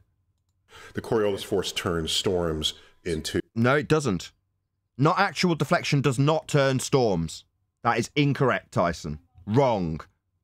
Coriolis is a not actual force, as you've just accurately identified. An effect that can be observed. An illusion that appears to happen when it doesn't actually force anything to do anything ever. Yet you're saying it now makes storms move in a certain direction. Absolutely absurd. Not actual forces don't move storms. In a clockwise. No. Not any direction. They're not doing anything if it's a not actual force. But what he's saying is like the roundabout throws you off because of a not actual force. No. You're feeling a force. Coriolis isn't that. Coriolis is you observing a not actual deflection occur. I.e. the thing hovers above a roundabout and you turn beneath. You're the thing moving, not the item. So no, definitely not. You turning underneath wind will never cause wind to change direction, create direction, do anything. You observing a tree as you turn beneath it, seem to move when it's rooted into the ground, won't make the tree spin in a certain direction. Because it's not actually moving, it's you turning underneath that creates this effect. And the effect isn't actual. So it's not going to move storms. Counterclockwise direction in the north and clockwise in the south. In fact, we'll land there at the end of this explain. Clockwise and anti-clockwise are relative directions. A storm that I can observe, if I moved to the other side of it, would be moving in the other direction. If I look at a clock that's transparent and go to the other side of the clock, it's moving in the opposite direction. Is it suddenly the hands are going the wrong way?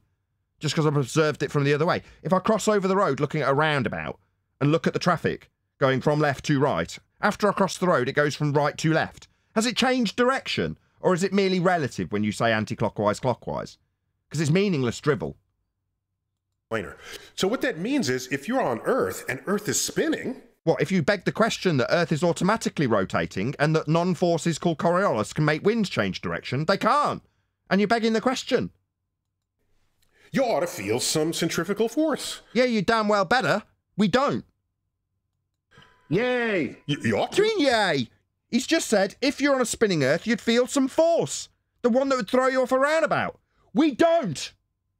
Meanwhile, we're supposed to see Coriolis deflection. That's the not actual drift, definitely not a force, definitely not making winds do anything. We should see that, and we don't see that either. Now, who would feel the most centrifugal force on Earth? Where would you be? Anywhere. It's supposed to have a 15 degrees an hour claimed rotation. So who cares? It's happening according to you, and we don't feel it. No. At the equator. No, I did a presentation. This is one of my old school presentations, isn't it? So you're asking about rim velocity. If so, equator. 1,000 miles an hour. Over 1,000 miles an hour. I think it's 1,024 claimed. At the center, like at the equator. At the equator, okay. Right. Now, of course, we all finish one... So what Neil deGrasse Tyson said is, where would you feel the most force? Well, where there's 1,000 miles an hour rim velocity. Do you feel any force? No. Would it be measurable? Yeah. Adam's got the maths for it. You'd feel it. That'd be the same force he said doesn't exist and also called fictitious. That force. But he's convoluted that with an actual force. Something that would throw you off a roundabout. Oh, it's not really a force, but it'll throw you off a roundabout. Oh, really? So when you convolute not actual deflective forces of Coriolis with actual forces that can throw you off a roundabout, we have a not actual deflection that is about to describe not feeling. When you don't feel Coriolis, you see it if it happens, which it doesn't on a turning Earth, because we're not turning. Nothing's deflecting. If it was, would have shortened flight times, because Earth would be moving underneath aeroplanes. Rotation in 24 hours. However, they're traveling a much bigger distance to do so. So they'd feel it more. There'd be a higher rim velocity. 1,000 miles an hour. Okay, they move the entire circumference of the Earth, about 25,000 miles, in one day. Whereas as you approach Santa Claus on the North Pole, your circle becomes shorter and shorter. So therefore we'd feel less rim velocity as we moved further and further towards the presupposition of a pole, which you'll need an R value for, to assume Earth rotation. So no, definitely not. We would notice. Go on, Adam. Just give a definition. It's been bugging me why he's describing how he's able to get away, because he don't lie with calling it not a real force. So just give a quick. Why is centrifugal force called a fictitious force? You're going to like this. It's reference frames. When an object undergoes rotation from the object's reference frame, which is a non-inertial reference frame, the object feels there is a radially outward force, a centrifugal force, acting on it. However, from the inertial reference frame, this force doesn't exist at all. So if you're not on the spinning roundabout, there is no force for you. So that's why they call it fictitious. It's as best I can, which is therefore not to imply that it's not a force you experience. It is a force you experience. It's just described that way from the inertial reference frame.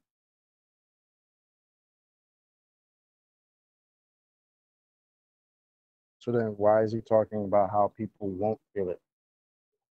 Well, there's your switcheroo, because you can use the scientific term in the physics term in this, that it's a fictitious force. It's then switcherooed it to say you wouldn't feel it, as if that's true, that you don't feel it on the roundabout or the gravitron. So you are moving slower and slower. Okay. Okay. And centrifugal. So the people at the people. Demonstrated by what? You've made an assertion we're moving 1,000 miles an hour if we're on the equator. No. Why would it be the case that you'd make the further assertion that we're going slower and slower as we move to the North Pole? As demonstrated by what? Oh, the assumption that we're rotating. But just the begging the question fallacy then. Yeah. People in Ecuador should all have their hands up, just going, whee!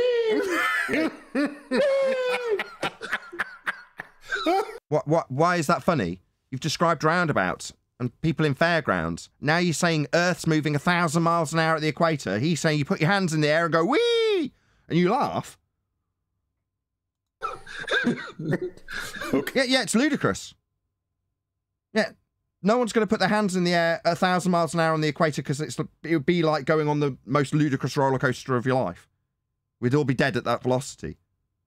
But there's the switcheroo now. So we laugh at it, we exaggerate it to a point of ridiculum to pretend that it'd be like on a roller coaster, which would be to deny the point that there would be a difference at different latitudes. So by comparison, Tyson, given that we're moving at 1,000 miles an hour and in a bucket we'd be pressed up against the top of the bucket, and on a scale extra track with a loop-de-loop we'd be pressed up against the track, and but for the fact that we're pressed up against the track we'd be thrown off. Why on unholy hell wouldn't people moving at 1,000 miles an hour rim velocity with no wall not be thrown off also? They would. Just like any good amusement park ride. All the equator people. All the equator people. Yeah, you're laughing at it, but it's absurd. So yeah, this is your rhetoric, and it is absurd. So yeah, laugh it up, you stupid rhetoric. That's what's hilarious about this. This is their rhetoric that they're trying to establish to people that is real, and here they are laughing at how ridiculous it is. It's amazing.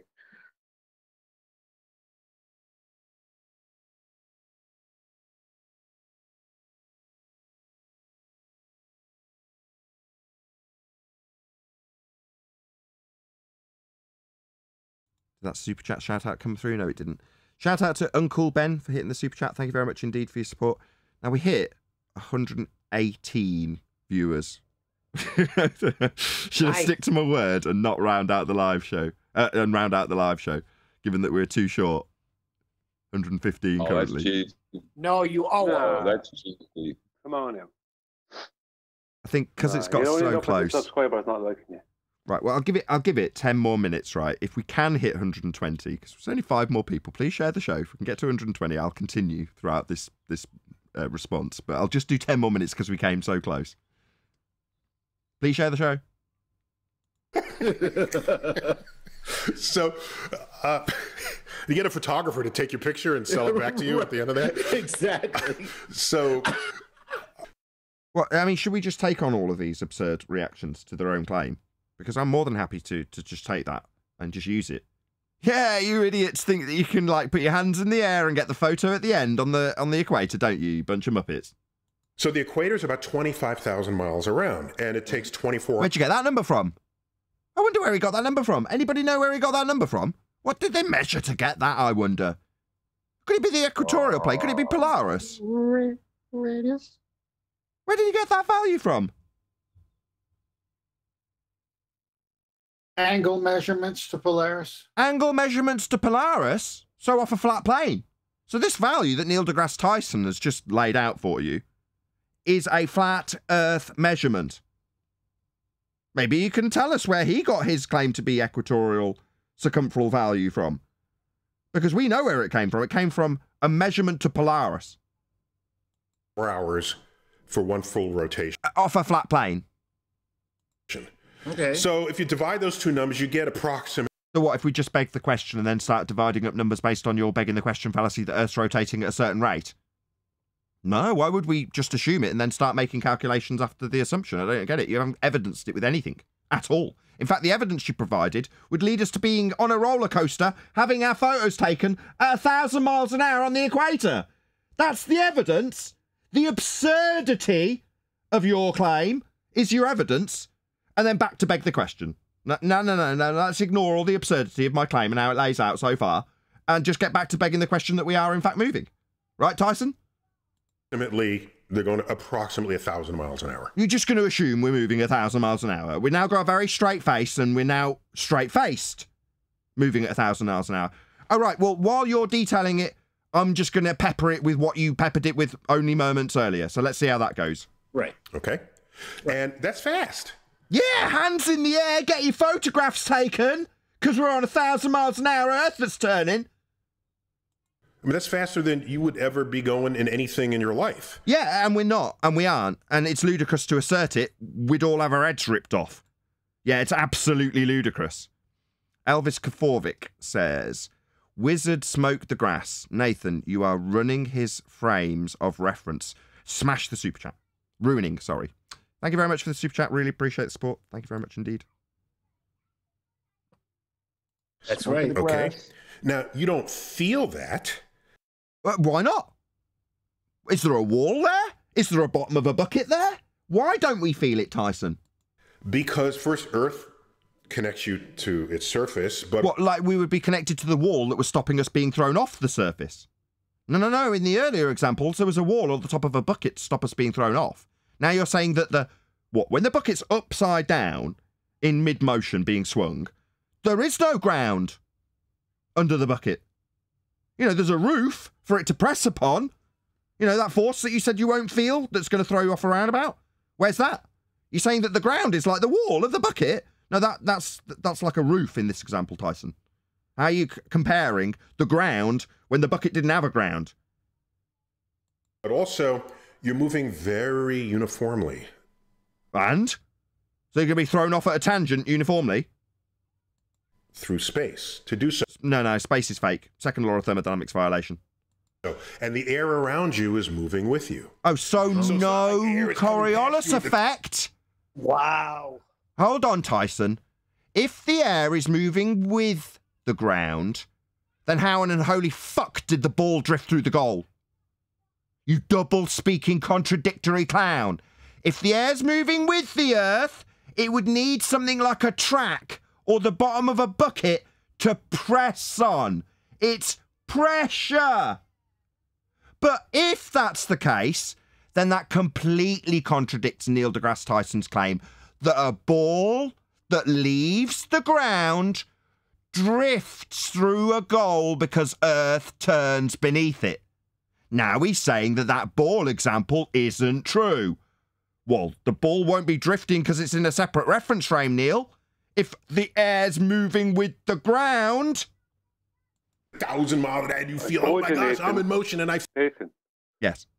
I told you that claim is far more mainstream than it was. There's the proof of it. Yeah, he doesn't make that claim. Can we all take often. a moment, take our caps off, kneel before Brian, and tell him that we were wrong? When we hand-waved and poo-pooed... Come on now. Your anti. No, Brian. No. Brian tried to let you know that it's more mainstream than you thought because you only held it with the anti-flat earthers. And then when I watched this video and I heard him say, before we had today's show, so I didn't know what Brian was going to say. When I heard him say that the air moves, I thought about the football too. I thought this is going to be great. So I'll leave it there. So which is it, Tyson? Thank you. Just cap in hand. I'm sorry, I was wrong. You were right. I was incorrect to dismiss it as anti-flat earth rhetoric. I was wrong. You were right. Okay? Thank you. Right, Tyson. Which is it? Earth as a non-inertial turning reference frame causing claim to be Coriolis deflection in a football in the inertial reference frame. That's separate to the turning ground beneath it. Or is the ground an atmosphere, oxymoron, sphere-shaped air, not dispersing into a vacuum, moving with the ground, meaning there is no deflection in the football? You double-speaking contradictory clown. Can't be both. Either the ball deflects because Earth turns beneath it, or it doesn't because they're all moving as one. You can't have it both ways, you double-speaking contradictory clown. I feel the jiggle and the shake. By the way, pre-Galileo, people's arguments against Earth's motion was if Earth were turning and moving, we'd feel it. Yeah, and observe it in balls drifting, according to you. Right. Okay. Why wouldn't you feel if you're on a horse and buggy? And then I got out a calculator and I calculated how much the game had been thrown by the fact Earth was turning underneath the ball, and I tweeted. Right, fuckwit? Feel that. All right? You feel the bumps and the wiggles and the jiggles, and even if the... Now you just feel the pain of losing the football game because of the not actual deflection of the ball as the Earth rotated underneath it in a separate reference frame. The air being separate to the ground moving underneath, according to Neil deGrasse Tyson. He tweeted it, right? You did your little calculation about how separate they were and how much the ball drifted as a result of them being separate, and now you're telling an audience that they're attached and you won't feel anything. Oh, really? That completely contradicts your Coriolis claim, Neil deGrasse Tyson. What an outrage. Now, if you're a ball-believing muppet, you're screwed either way. Earth moving with a begging the question atmosphere sphere-shaped air in violation of the second law of thermodynamics? No. Air is unbonded, Tyson. It doesn't attach itself to a non-inertial turning reference frame, giving you no effect of Coriolis in contradiction to your statements that you tweeted about a football game. Air is unbonded. Definitely not bonded to the ground, moving along with it when you assume it turns, so that you can have no effect to feel, no effect to throw you off the roundabout as detailed earlier. So it doesn't matter which way he picks his argument. Either Earth's turning underneath aeroplanes, shortening their flights travelling west, or Earth and atmosphere sits in violation of natural law and gas behaviour, because suddenly unbonded gas is bonded to a turning Earth, he assumes. You're screwed either way. And you're a double-speaking contradictory clown. Go ahead, whoever. Nathan, this is the way he said you would feel it. Here it comes. Just like they put in the front end of all the arguments, it's their weakest point. So like the edge, where's their edge? You know, boats falling over a flat earth edge. So it's their weakest point because they're the one with the edge. And now their weakest point is you would feel it, but he's saying it in such a way. You would feel it. And then here it comes. Let's finish it. Ride is smooth, you feel it. So clearly Earth can't be moving. Of course, we're not rotating either. Everything is moving around us. So it wasn't... So everything's moving around us. Clearly we're not moving. Clearly no ball deflection to tweet about then. So you were just wrong. You were just lying when you tweeted about how much Earth turned under the football to cause Coriolis deflection at 15 degrees an hour because they were separate. So you were just lying. You're just a con man. Just depends what suits your narrative at whatever interview you're in front of. In front of a pretty blonde, you'll tell her Earth turns underneath footballs. In front of your brother, you'll tell him that Earth and atmosphere move together. Just depends. I'll lie about it whichever way I like. If I lie about Earth turning underneath footballs, a flat earther will point out that would shorten flight times when travelling west. And if I say Earth and atmosphere are moving together, a flat earther points out that gas is unbonded. Or you could just point out that Earth is not a non-inertial turning reference frame. Yeah, we did. He begged the question immediately. He didn't provide any evidence for his begging the question fallacy that Earth's rotating, and we've debunked the premise. Ours debunked. Go that supported the idea that we're in the. Just a moment. Sorry. Just I meant to get in before you press play again. For Neil deGrasse Tyson, what would be the effects we would observe if we were on a stationary Earth and the objects in the sky or the celestial bodies were moving? It would be called Coriolis effect. Their claim is that Earth turns underneath as a separate non-inertial turning reference frame to cause 15 degrees an hour of deflection, known as Coriolis. That's their claim. Proof.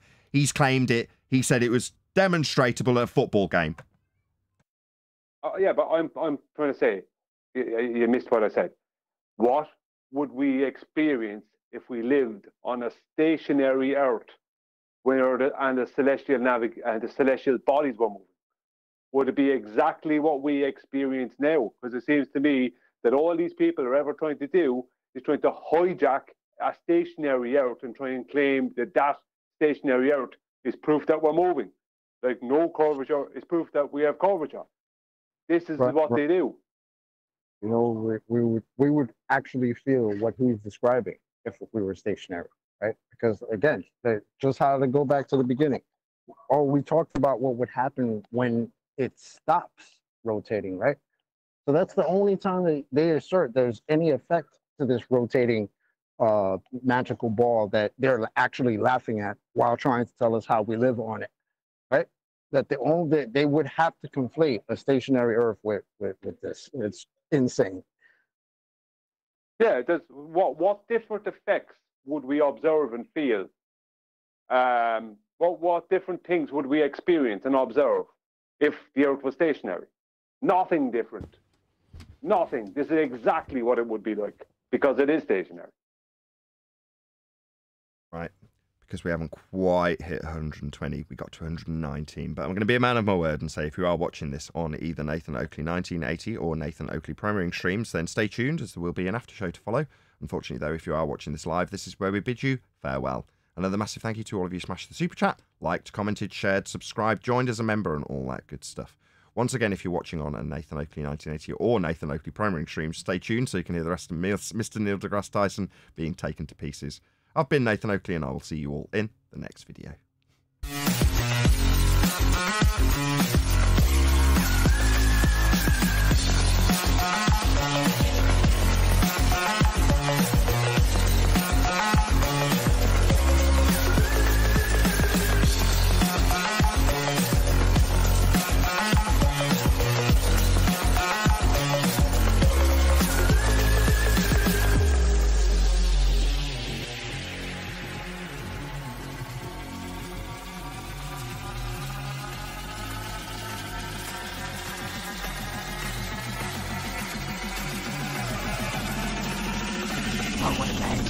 What a lovely day!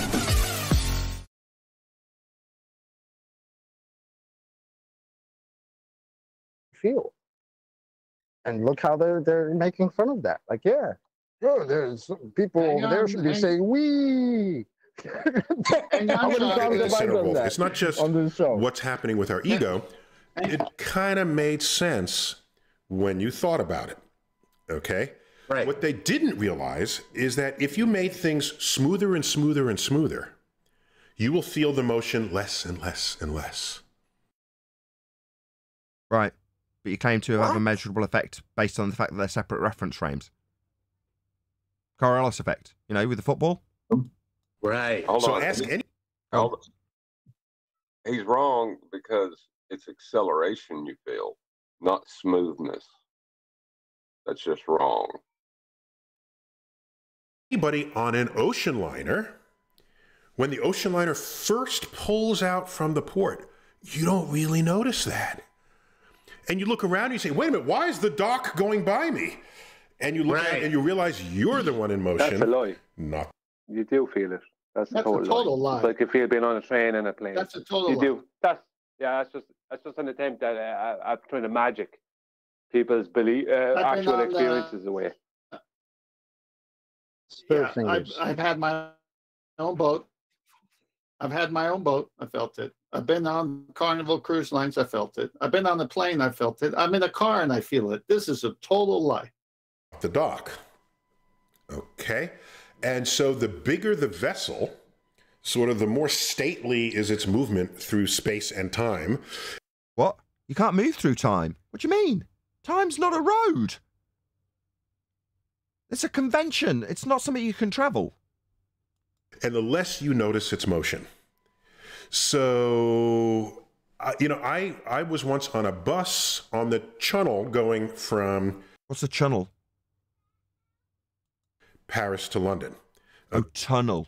Oh, okay. Okay. And this is a long tunnel. He means channel tunnel. He's just got a remembrance of what it's called. So channel tunnel. Okay. Not only goes under land, but goes under the English Channel. Okay. Yeah. And so that is very well designed. It's very smooth. So I'm in a bus and... What a load of bollocks. Yeah, I've been on that multiple times. It ain't that smooth. What are you talking about? You're having people who believe that they're on a train, that they're not moving. You damn well know you're moving on the Channel Tunnel. They drive the bus onto a car, and the car has no windows. Onto a railroad car. Car has... You still know you're moving. I assure you. I've done it. No windows. So I'm in there, and I feel it kind of move a little. So you feel it! You stupid idiot! A bit, but it's a slow acceleration. So you feel it? So this is an example of you feeling acceleration then, you stupid numpty. And I think it has very high top speeds, but I have no concept of this. What? You've got no concept of something you've literally just verbalized? In the same breath? Okay. Now, inflate this scenario to the entire Earth. And then I definitely feel it. Like you felt a little bit? Yeah? You felt it? You didn't give me an example of not feeling it. You gave me an example of feeling it. So you're going to say, what? If we scale it up, we'll feel it exactly the same? More? Less? You described feeling it. Okay. And he felt it while inside a bus and inside another enclosed carriage. Not on the outside exposed to a massive vacuum. I see. So what he's saying is, if I fly a drone whilst riding a skateboard on a bus on the Channel Tunnel, then you won't feel a thing. Well, hold on. Because the thing is, when you are going in a curved path, that's considered a state of constant acceleration. If he's going to beg the question of R, right, you should feel it because that is a change in acceleration. 1,000 miles an hour as Earth rotates. You are moving 18 miles per second.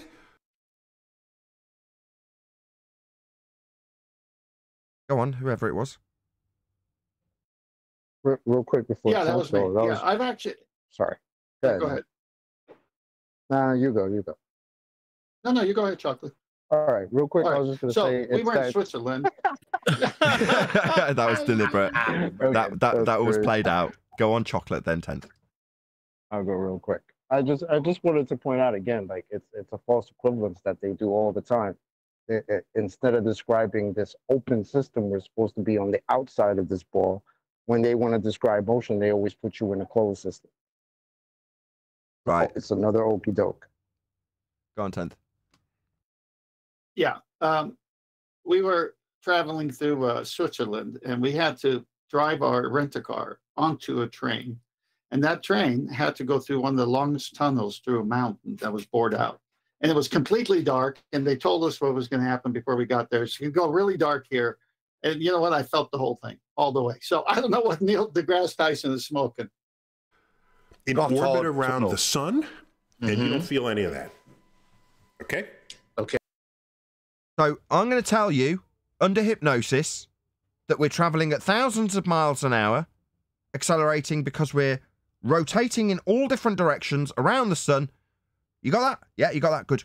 We're not going to feel any of that. Okay? Okay. No, we'd feel all of it. Okay. You don't feel any of that. So. Because I say so. Just because Neil deGrasse Tyson says that you're moving at thousands upon thousands of miles an hour in all different directions, because he says so, you're not going to feel it. He's just giving you an example at what, 80 miles an hour to 120 miles an hour where he did feel it. But if you scale it up to thousands of miles an hour in all different directions, moving around the sun and rotating about an axis, you're not going to feel a thing. Why? Just because I said so. Like it's a magic speed. The magic speed. Here's my point. All right. So the faster you rotate, okay, the greater is the centrifugal force that will operate on you. So the more you want to be thrown off the roundabout, then. Listen, don't go back That's only again. part of the Go back equation. again. Sorry, John. That's only part of the equation. You got to take into account your distance from center of rotation. You know, that he's only including the speed of rotation, but that's not the only factor to figure out, or the rate of rotation, but yeah, there's other factors to determining that. You need all for that. Yeah. Go back a couple of seconds, Nathan. He almost said, "You feel," and he went, "Yeah," and he stopped himself. Miles per second the word feel. In orbit around the sun, and you don't feel any of that. Okay? Okay. You don't feel any of that. So here's my point. All right. So the faster you rotate, okay, the greater is the centrifugal force that will operate on you. Okay. Oh, boom! The faster you rotate, the more you'll feel it. What? The force that you're feeling. Maybe if we describe it as observing it from the inertial reference frame, then we can describe it as a not actual force. Go on, Brian. Nobody in my field uses the scientific. What was that? Understand uses. Okay, so let's go back to all the residents of Ecuador, which is not the only country that straddles the equator. Okay, right. In fact, the equator goes entirely through the middle of Africa, for example. All right, so here. What's the equator? Where'd you get the measurement for it? From a flat Earth angle measurement to Polaris. This description you're using of an equator comes from flat Earth. I'm lost as to how he's got the cheek to go on there, because he said you don't feel that. Then he's described that you would feel something if something rotates, and the more it rotates, the faster it rotates, the more you'll feel it. Now he's going to go on after that contradiction and describe what will happen if we stop rotating. Here we go. Adam. Well, in the middle of all that, he started telling you about all the other people in Africa who should also be feeling all this. No, but it's the order in which he's doing things, and he moves past that straight contradiction of opposition. You don't feel it because he says so. It's not validated as to why you don't feel it.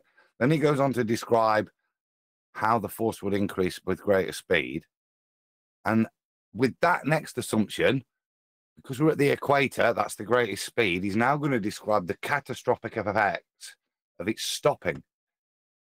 And you've missed the fact that he's contradicted himself, hasn't he? In terms of, yeah. If it's trying to fling you off the Earth, well, he's got okay.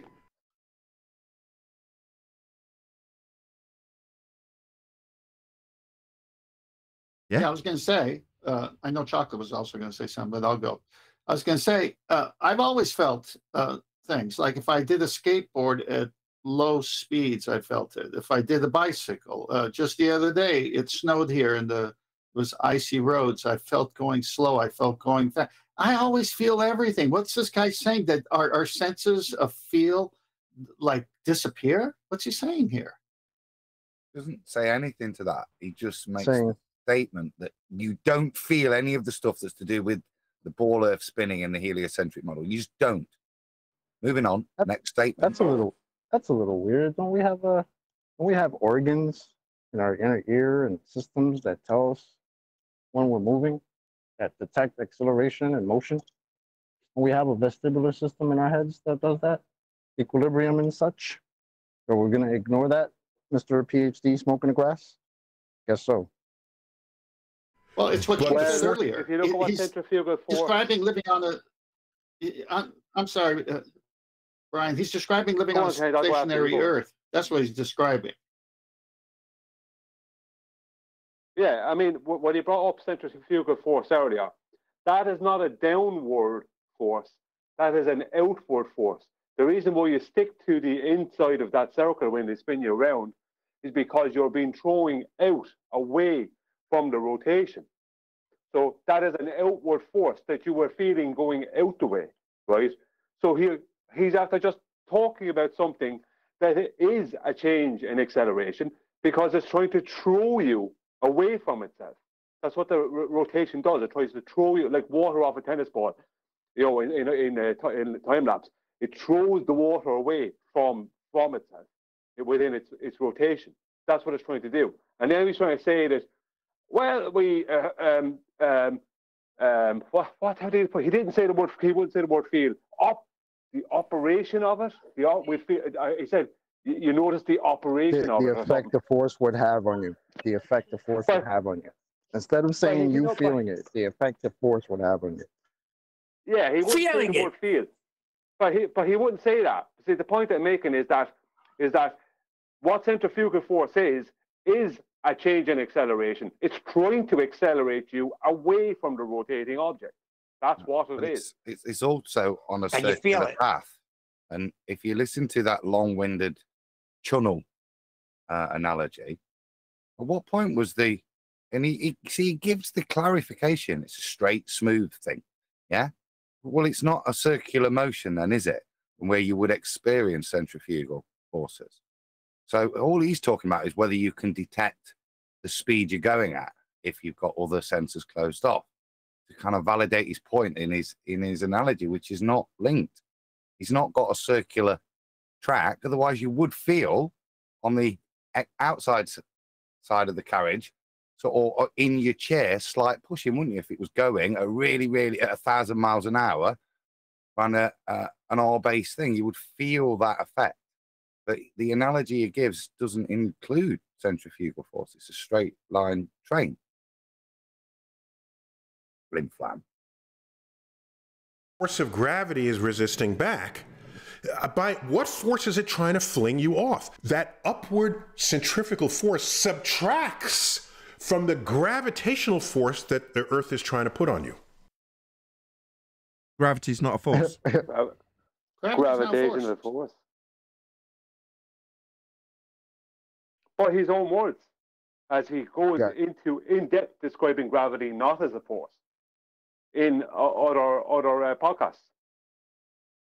He just gave us net 4-0.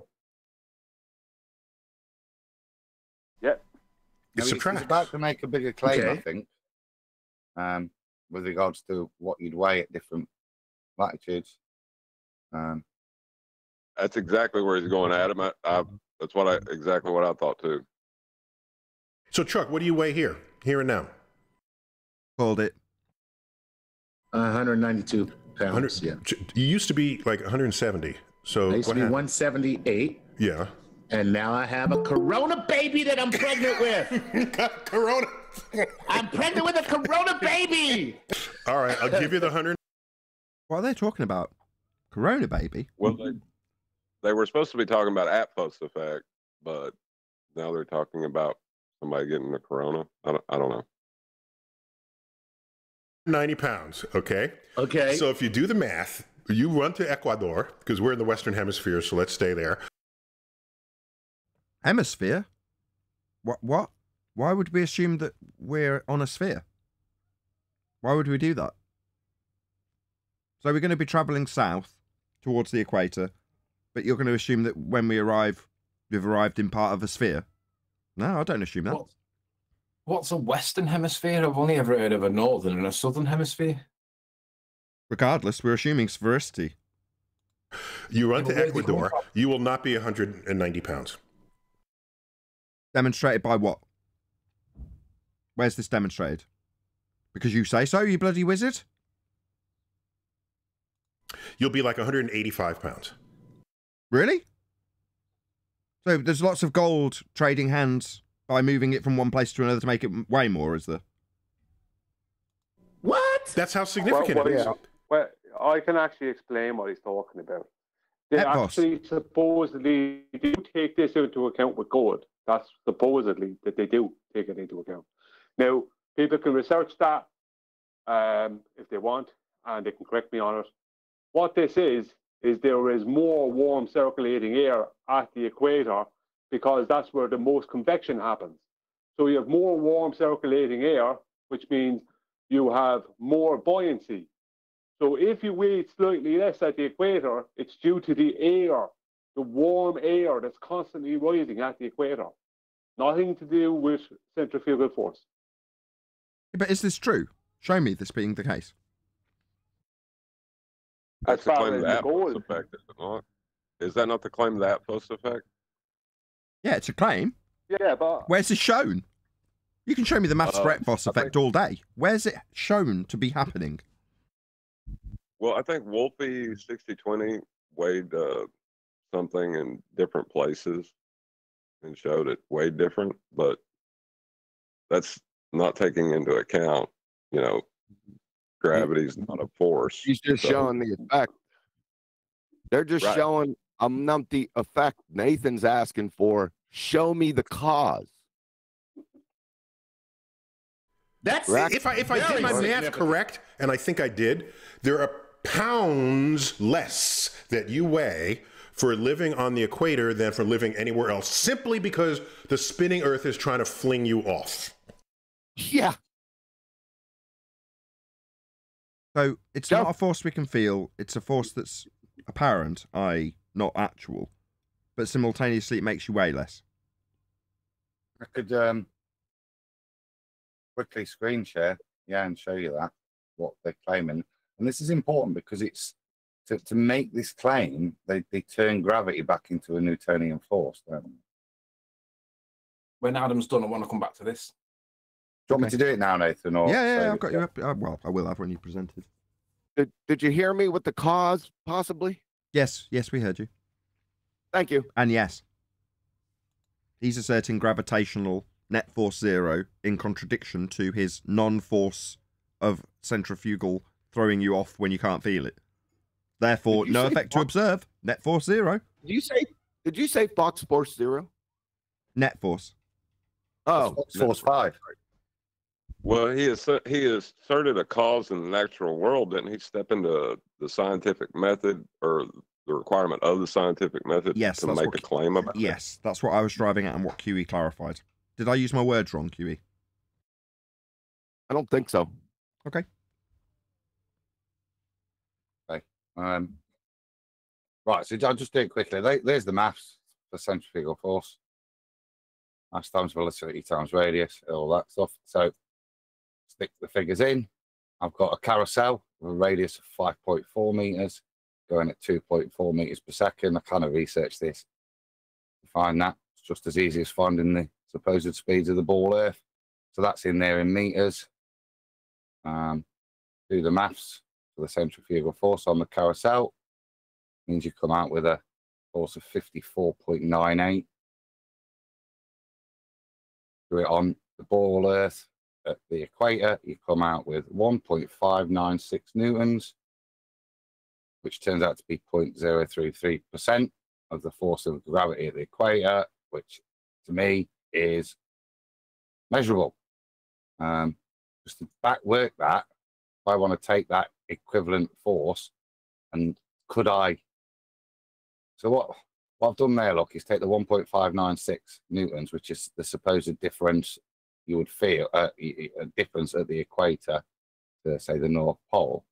And I've took that number, back worked it into this to see what the equivalent force you would feel if you were on the carousel. So the speed the carousel will be going at 0.415 meters per second to give you that equivalent lift. That's the force you would feel at the, how much lighter you would be at the equator. Right? It's slightly confused because the opposition to gravity as a direct oppositional force in this model only occurs at the equator. At all the other points of latitude, it's going off at funky angles. That makes sense because the direction of gravity is no longer directly related to the direction of spin. So it goes off at a slightly different angle. So it's only at the equator, which is why I think he keeps referencing the equator, because you do have to get more complicated. Otherwise, it's only there that it would be in opposition to Newtonian gravity. I'm done. Can I ask you a question, Adam? You know the way their claim, right, for this is that a force of gravity equals out the centrifugal force that you should feel at the equator on their ball, right? Does it only equal out at that point right there? What I mean is, the centrifugal force you would feel on a roundabout, a child's roundabout, would that not also equal out as per the amount of gravity force that should be experienced on that roundabout? What I mean is that the only place that they can ever state that these two things are equaled out is at the equator on their globe. Isn't that a bit funny? They're not equaled out. That's the claim. So at the equator, they're claiming that things will weigh slightly less because the oppositional force to Newtonian gravity, this centrifugal force, is directly opposite to it. It's not at 45 degrees like at the 45th latitude. Yeah, it's directly opposite. So it will have an impact on weight, where weight in their world is m times g. Yeah, because it's in opposition to the g. Well, it's only small, like I said, 0.33%, but that should mean in their worldview something should weigh differently.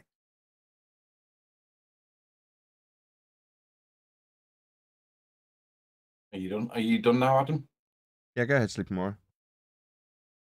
So when Neil deGrasse Tyson makes that claim that things weigh slightly less at the equator, 2 points. One, where's the empirical evidence that supports that claim? Actual evidence, not rhetoric, because what he's doing is preaching it like it's gospel. But where's the actual empiracy?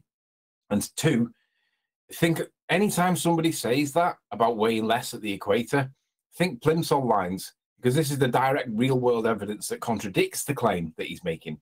The claim is that things weigh less at the equator. However, boats at the equator are weighing more in the water than boats like around the North Atlantic waters, because in the North Atlantic waters, relative density shows that the temperature of the water is much colder, the salinity is different, there is a variation in the medium that the boats sit in, so the boats are able to float better in the north than what they are at the equator, where they sit lower in the water, and that's why we have the plimsoll line.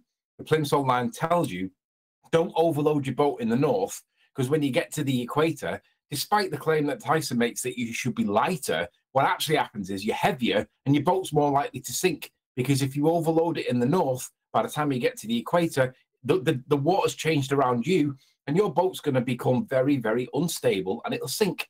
So that's why we have plimsoll lines, because the real world evidence doesn't support his claim that you're a little bit lighter at the equator. In actual fact, it's the opposite. Boats appear to be heavier at the equator. Yet if we're on a spinning ball, you would expect that position to be reversed. Obviously, relative density explains this. It's so intuitive that it doesn't even need explanation once you get told that the density of the water changes. But it's the opposite to what he claims. So where's the actual empirical evidence of anything changing its weight based on latitude without changing things around it, like the density of the air and how much pressure and how much humidity, because they're all relative density arguments, right? Watch for them conflating relative density arguments in lieu of the actual evidence that they need to show the claim, which is the rotation of the Earth point, because that's what they need. They need to show that, and there is none. I'm done. Well, what they would say is because... Yes, it's significant. So this concept of how much do you weigh? Diet, I just need a plane ticket. It changes your weight. It won't change your mass. Oh, let's make that clear, okay? Mass? What's that? Mass. No, but you see what? That's the whole claim, isn't it? Changes your weight, because weight is m times g. That's the bunk. Yes, I know. That's why I keep raising it, because that's fundamental to his claim. He's denying Einsteinian gravity. Hey, Sleeping Warrior, that was one heck of a explanation. If you'd have stopped like 10 seconds before the end, it would have been perfect. Is that a compliment or an insult? It's difficult to tell the job. Compliment. That's good as it gets, I think. It was a shit sandwich, actually, but yeah. If you're chubby on the equator, you're chubby. Before you start again, I came in on this late. Did anyone actually show the weight changes, or did they just give us a GeoStreamer chart? No, they didn't show us. No, We just told him we what did- he would weigh at the equator in Ecuador. Yeah, no So evidence. you guys are chasing after this without even seeing the effect first. It's the first thing I said. Where's this shown? Okay, fair enough. John, we started out with Superman turning the Earth time backwards, in the Earth. So, you know, don't. At no point did we have hopes of proofs. As fair if. Everywhere. Daggone it. Now, here's someone who does not benefit from this, and that's, of course, Santa Claus. Because as you go from the equator... He's just laughing at you. Globe-believing Muppets. He's just laughing at you. That's and the you second go time you brought up Santa to Claus. farther and farther north or south. Of course, this works the other way.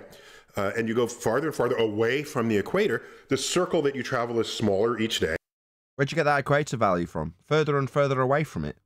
How are you going to be measuring that, I wonder? Your speed is lower. We're here in sort of 40 degrees, between 30 and 40 degrees latitude. Most of the population of the world lives... Latitude? That's an interesting term. Where'd you get that from? At that latitude. Go on. No, I said nice. Exactly. And north and south. And at this latitude, we're going about 800 miles an hour. Because, as evidenced by... Are we not going to feel it? Net force zero, no effect to observe. But we simultaneously weigh differently at different points on an Earth that's turning. Because we don't feel the rim velocity throwing us off, simultaneously being held by gravity, in contradiction of every example you've given of a centrifugal force. Okay. Yeah, I don't buy any of this. It's all nonsense. He's about to validate it by proving that Santa gets none of this benefit because he lives at the North Pole. Now, if that's not a proof, see? Well, you know, it's really nice of you guys to let him have the R value for these assumptions, but it still doesn't work out even if you give him that, you know, and that's just sad. Nah, he just sneaking them in like through customs and shit. We didn't give it to him.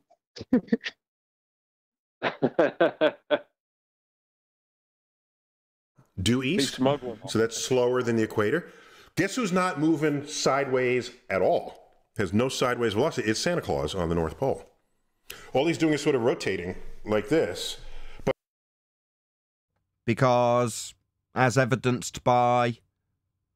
But he's not getting flawed. Now at the claim, Nathan, that because Santa weighs what Santa weighs and he gets no weight loss, therefore we know that we know the Earth's rotating. Is this what his evidence is? Superman and Santa Claus. Yeah.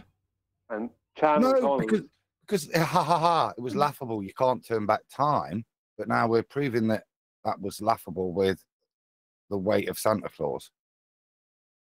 Yeah, that's why I said that Neil deGrasse Tyson and various other people who punt to heliocentric, they're just laughing at them. There's a point I want. Is there a reason that he's using Santa Claus and not gold? Probably because he can't So if you validate weigh the gold Santa- or the gold industry has if there's any effect there, the gold industry knows what causes it. Whereas Santa's weight loss or gain, nobody's got an idea. Claus Yeah, on no the one can North Pole, validate that. that is his authentic Earth weight. Oh, sweet. Okay. Which is only 322 pounds. It's all them cookies and milk he eats That's every it, time. man. Actually, he's skinny as a rail during the summer. Yes. Like I say, they're just laughing at you for gobbling down this bollocks that they're feeding you. As my 7-year-old told me this year, Santa Claus can't exist. I went, really? Why not? She said, nobody could eat all those cookies without becoming a diabetic. Oh, well, we don't know whether he's a diabetic. Yeah, Santa's not real. Like your rotation's not real. Plus, it'd be a fun sort of sci-fi film if he gets thin over the summer, So why are we talking about Santa Claus? Are we moving away from the centrifugal forces throwing you off roundabouts that have got walls above them, or buckets of water that are stopping water from flying out because there's a wall preventing it? How is this in any way been juxtaposed or demonstrated by way of the Epphos effect that he hasn't labelled when he says that you weigh more at different points on a rotating Earth that has a net force of 0? None of this is proven. This is all bollocks. Now we're talking about Santa's weight loss scheme.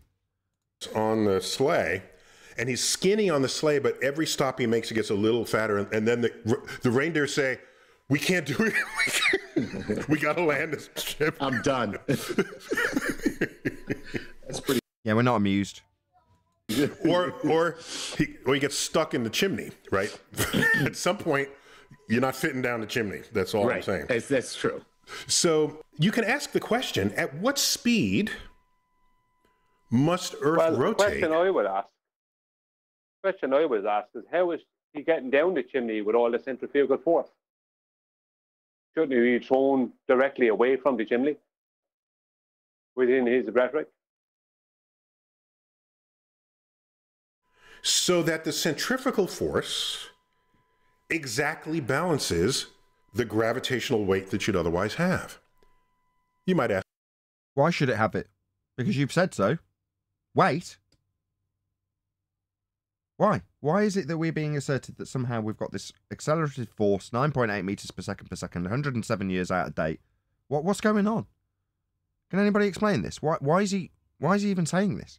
Doesn't this go against his bending space-time rhetoric? Yeah, I've completely. Thought of it.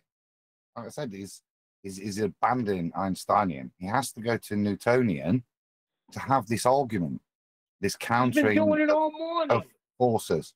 Yeah, he has to abandon Einstein to have this argument, this claim.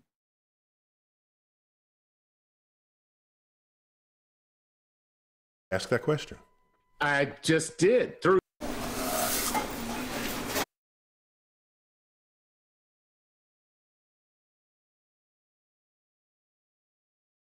Sorry, multiple ads.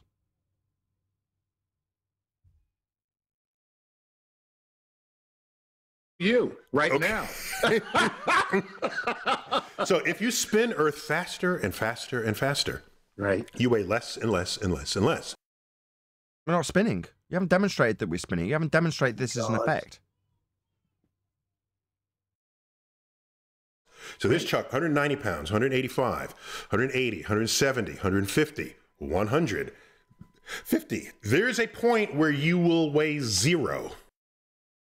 Isn't this what they had to claim for the moon landing also?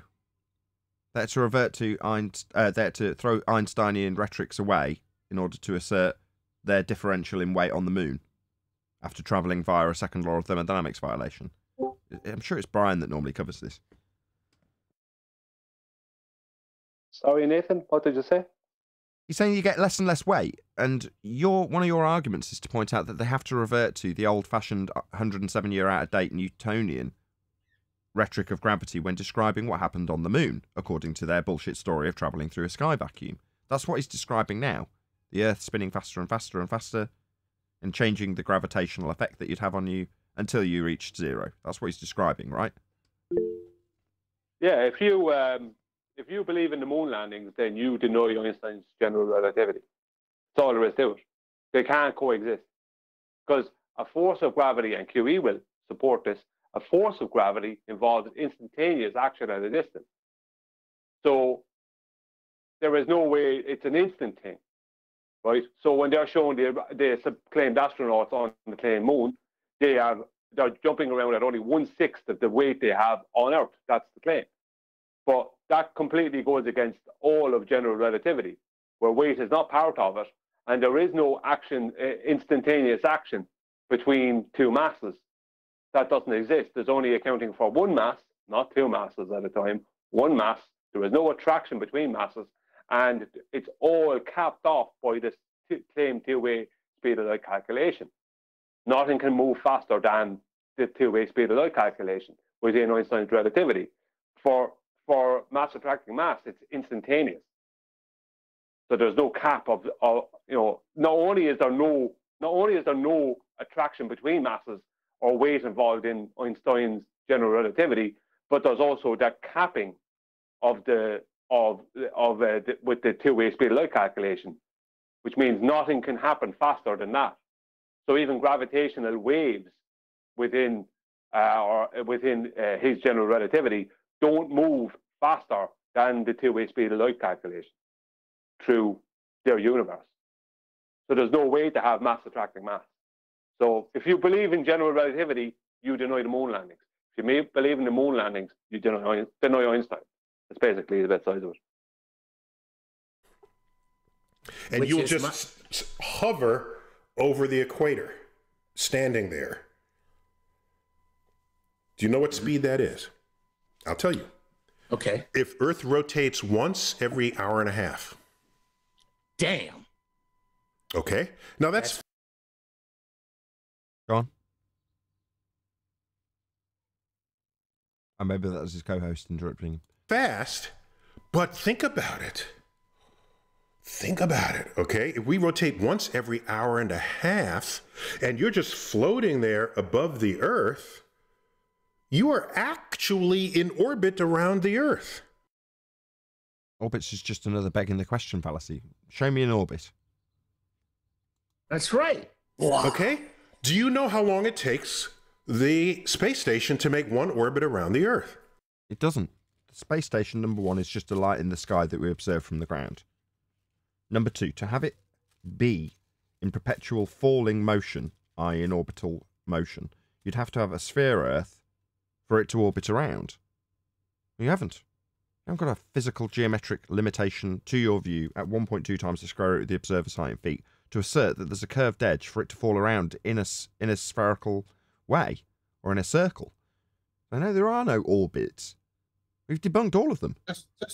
Just see where this claim goes, Nathan, if he's going to invoke his secondary reference frame, because he's now about to counteract the magic of gravity, which is generating this non-secondary reference frame. But he's about to go into one, because he's about to claim he's got an orbit. So where's he getting this energy for the orbit? But is he going to just be levitating in a magic moving atmosphere again, denying his Coriolis effect? I think that's probably the reason he sped the Earth up to one rotation every hour and a half, just so it's less clear that that isn't the case. Because now he's not describing it in line with 24-hour of rotation or a single rotation in 24 hours. He's describing it at an hour and a half. I think that's why he's done it. We'll see. Let me guess. An hour and a half. 90 minutes. To make him weightless. That's what he's saying, yeah. Yeah, in terms of the presupposed nonsense. Yeah. Yeah, and he's saying that's an orbit. You didn't let me guess. Oh, sorry. Sorry. Here we go. Wait. Watch this. 90 minutes. So of course, but he's asking him for the speed, is he not? Which is something like 16,000 miles an hour or something, right? That's the speed he's asking for. 17,500. There you go. Of course, it's a couple hundred miles up, so it's a little longer, but basically it's in the 90-minute zone. Okay, Earth's surface up to what we call low Earth orbit, LEO. Low Earth orbit, what we call low Earth orbit. There's no such thing. Nothing's falling around a sphere Earth. We haven't got sphere Earth to fall around. Low Earth orbit. It all happens in about 90 minutes. So you can recover what happens in orbit by spinning the Earth so fast that everyone on the equator weighs zero. Well, a bit like Superman spinning. Man, it's why he planted that subliminal image of Superman spinning the world. That's why he did it. And that happens. See, this is skill. This is skill in terms of magicianry, right? He's got to plant that seed early on. So when you've suspended disbelief about Superman, you can now suspend disbelief about it traveling at a 90-minute rotation. Right when we complete one rotation in basically an hour. But I think if you do the math, it's 88 minutes. But wow, good for these purposes. So that's just kind of a fun fact about the rotation of the Earth, I think. That is What was the fun fact? That if you sped it up, you'd get an orbital motion? That's your fun fact? Well, load of bollocks. We haven't got orbits. We need a sphere Earth to fall around. You need a sphere Earth with a radius value to assert that it's spinning in the first place. You need two reference frames like you claim with the ball. that you've completely contradicted in this video. None of this works. We've debunked every aspect of it. Wasn't that the flux capacitor at 88 miles per hour? Now it's 88 minutes. Yeah, it's a different thing. Really cool. I mean, so you could actually, that's like super low Earth orbit. Yes. And you don't have to worry about ducking the trees because everybody with you is also orbiting. Floating. Exactly. Is also floating. That's right. Cool. I left out something. Earth is slightly flattened at the poles and slightly. Sorry, Adam, go ahead. Just on this point, whilst I'm floating above the Earth orbiting, what's importing a centrifugal force to keep me floating? See, there isn't one. It's only apparent, according to him. Yeah? It's only apparent. I'm either getting flown off and bouncing back down to the ground until I hit the ground and then getting flown off again. Nothing's keeping me, keeping anything in equilibrium. It's a force created, to counteract the gravity. As soon as I'm not in contact with this rotating non-inertial reference frame, then I no longer get the benefit of the counteracting of gravity.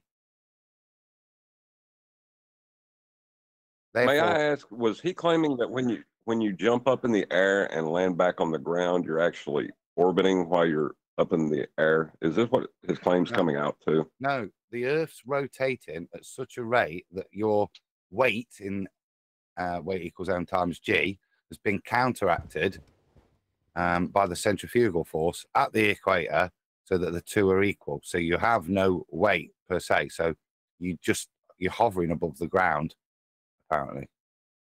In this Well, yeah, but he said something about if something's hovering, it's orbiting. Well, yes. That therefore constitute. Look, that was the point I asked about reference frames. Does that now constitute an orbit? No. I mean, what he's saying is, at the beginning of this discussion, he described how you're on a graviton, or whatever you call it, at the fairground, being forced out against the outside, right? And that is described as the force that will throw you off at a tangent being greater the faster you go. Yeah? Now he's saying, the faster you go, the more likely you are to hover. That's what he's saying. Yeah, he had to change it because now you're on the outside. See, that worked out when you were talking about you're inside of a ride that's spinning around. So therefore, when you take the floor away, you stick to the wall. Now he's okie doke that you're outside of this ride, and now when you're outside of it, you step off it, you're just gonna hover.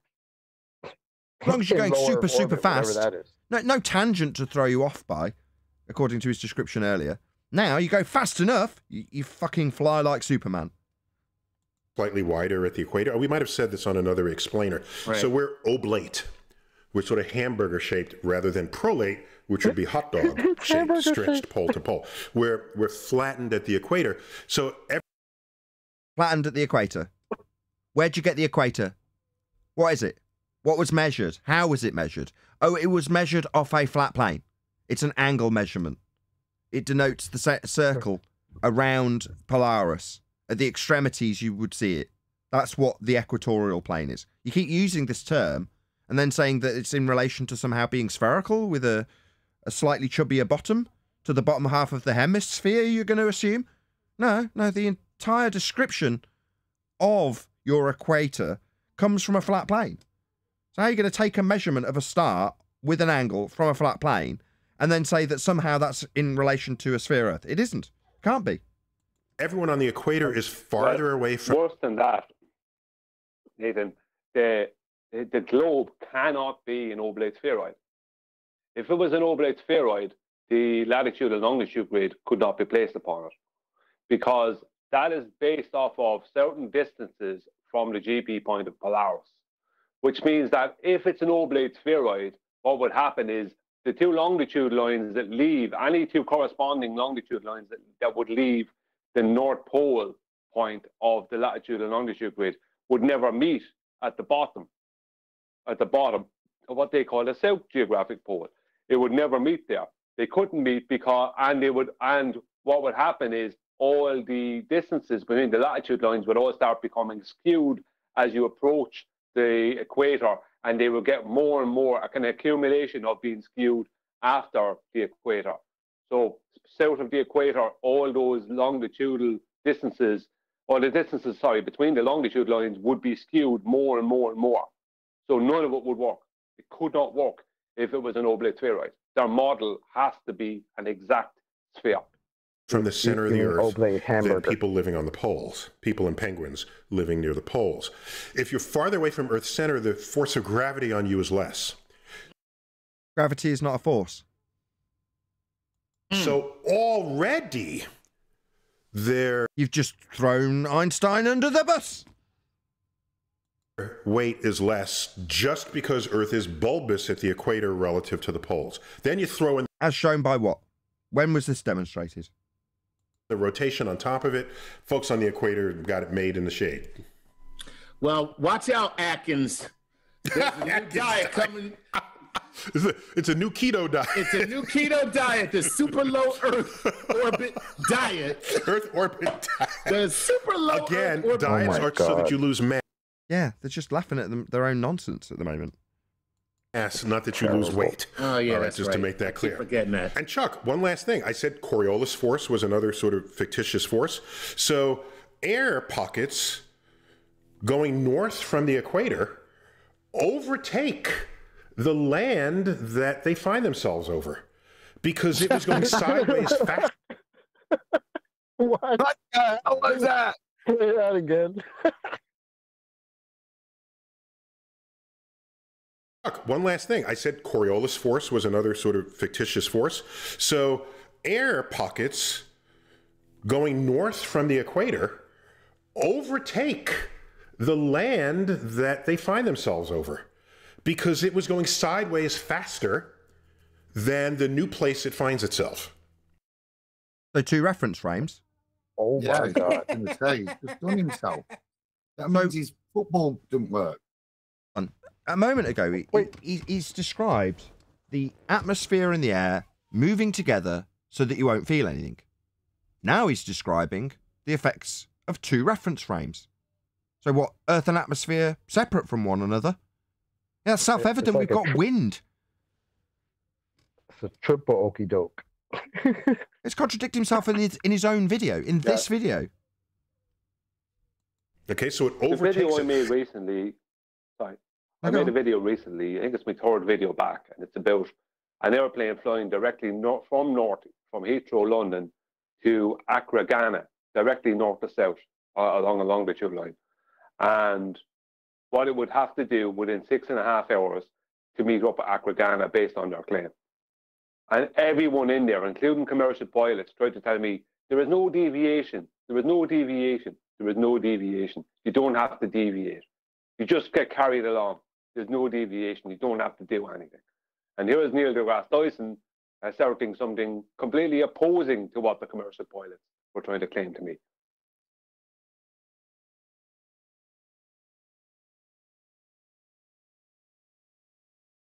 Air things pockets like moving due south find themselves on land that's moving faster than they are, than they used to be.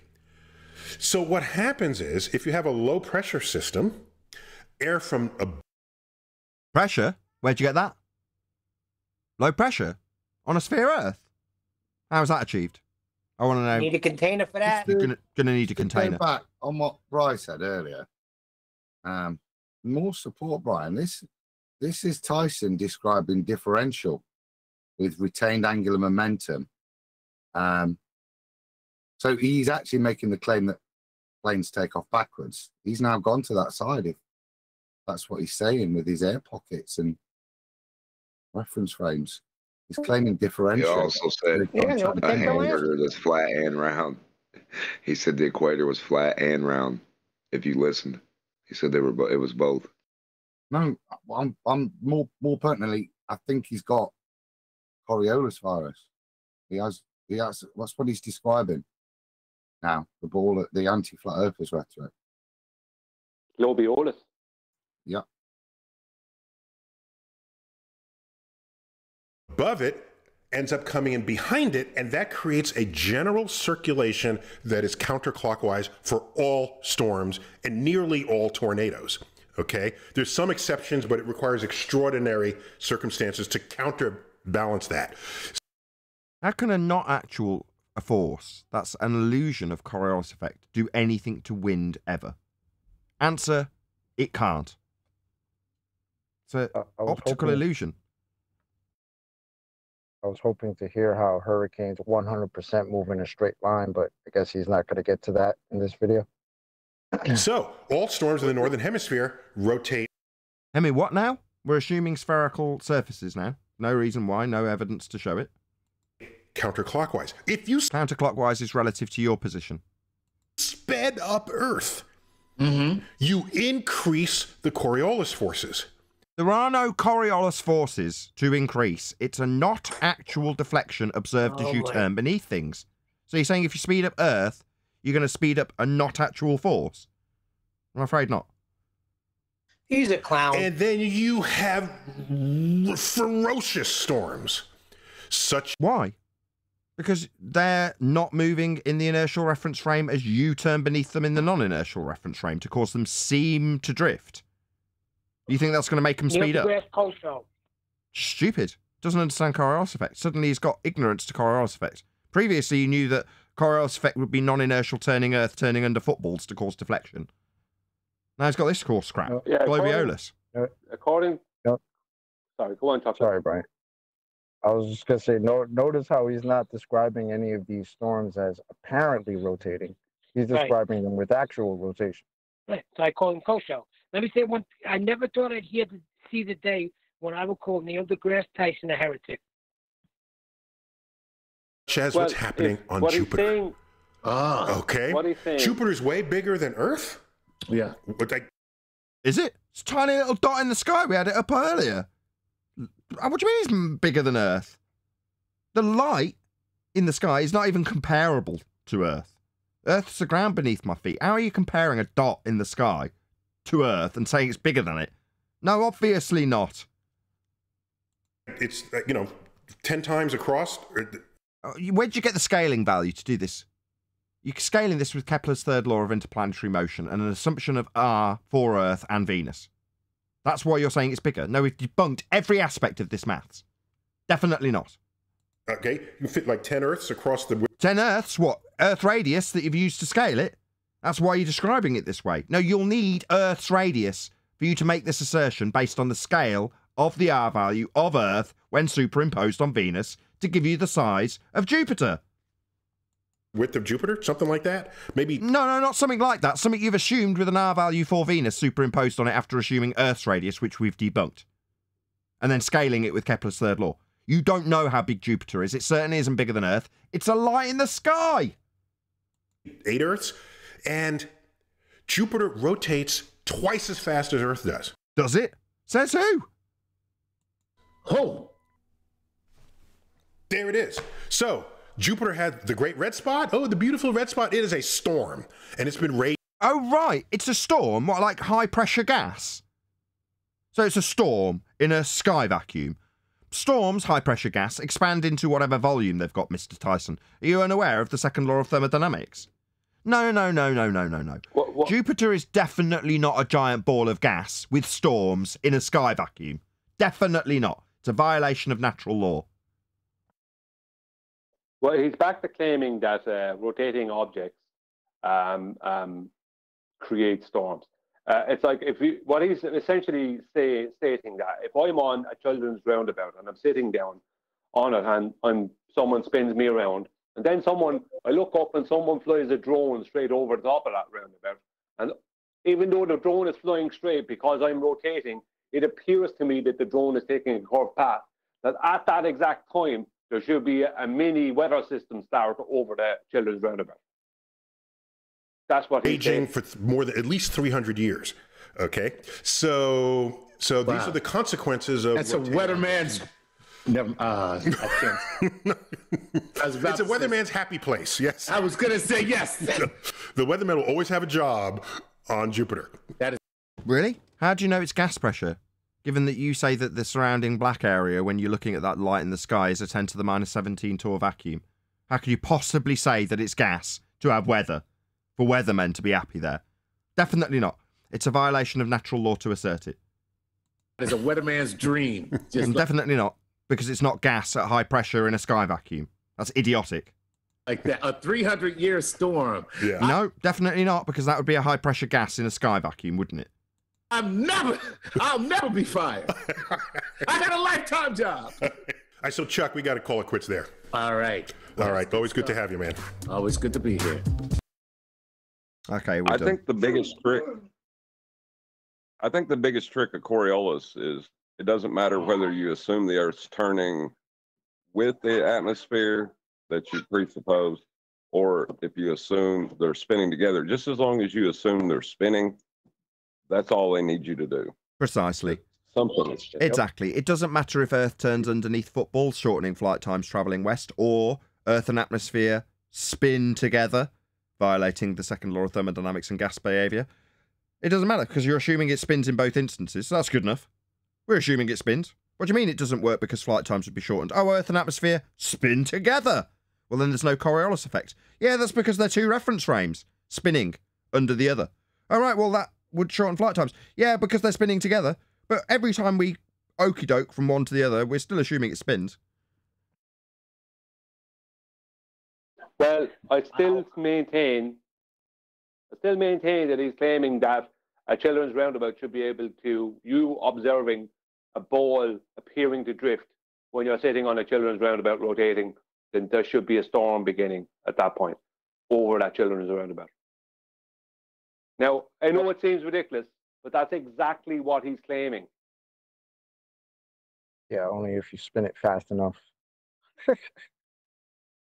What's wrong with you, Brian? Don't you know there's children on Jupiter?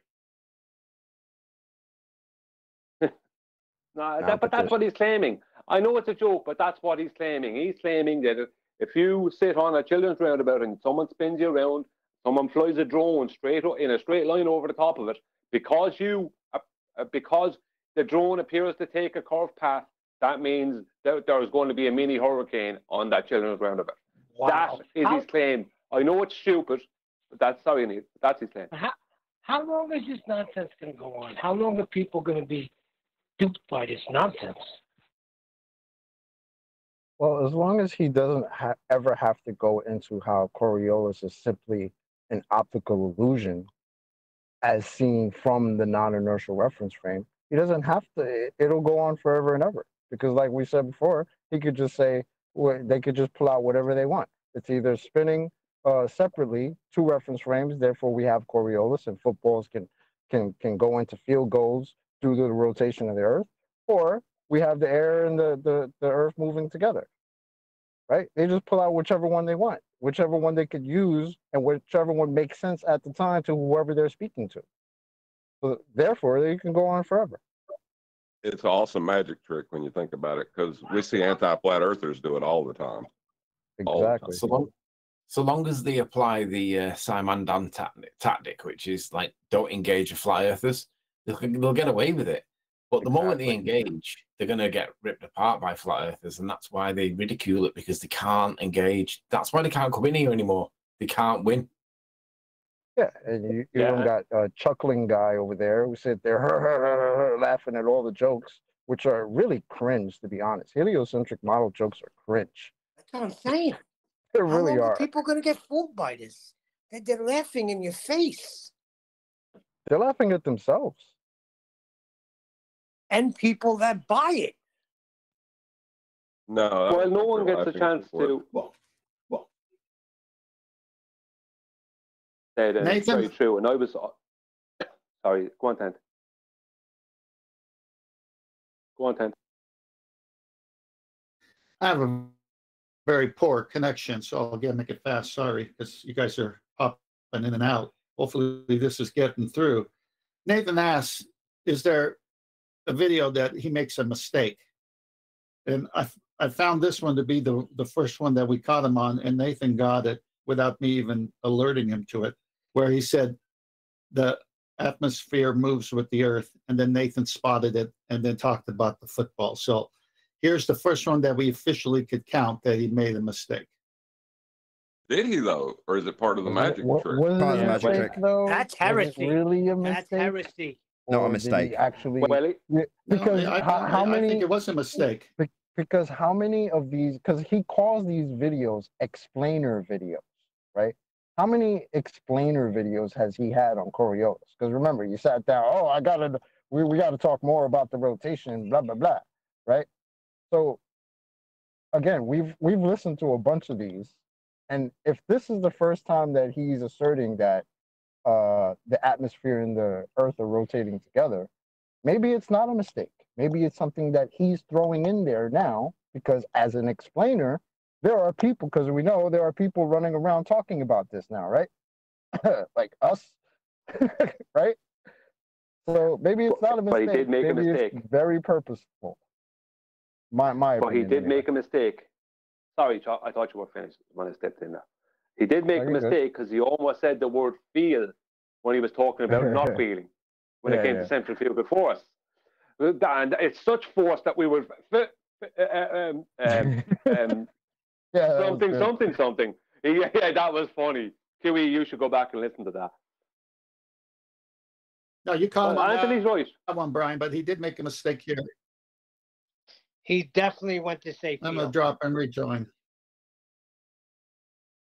Well, I ain't saying right, he may have messed up his words.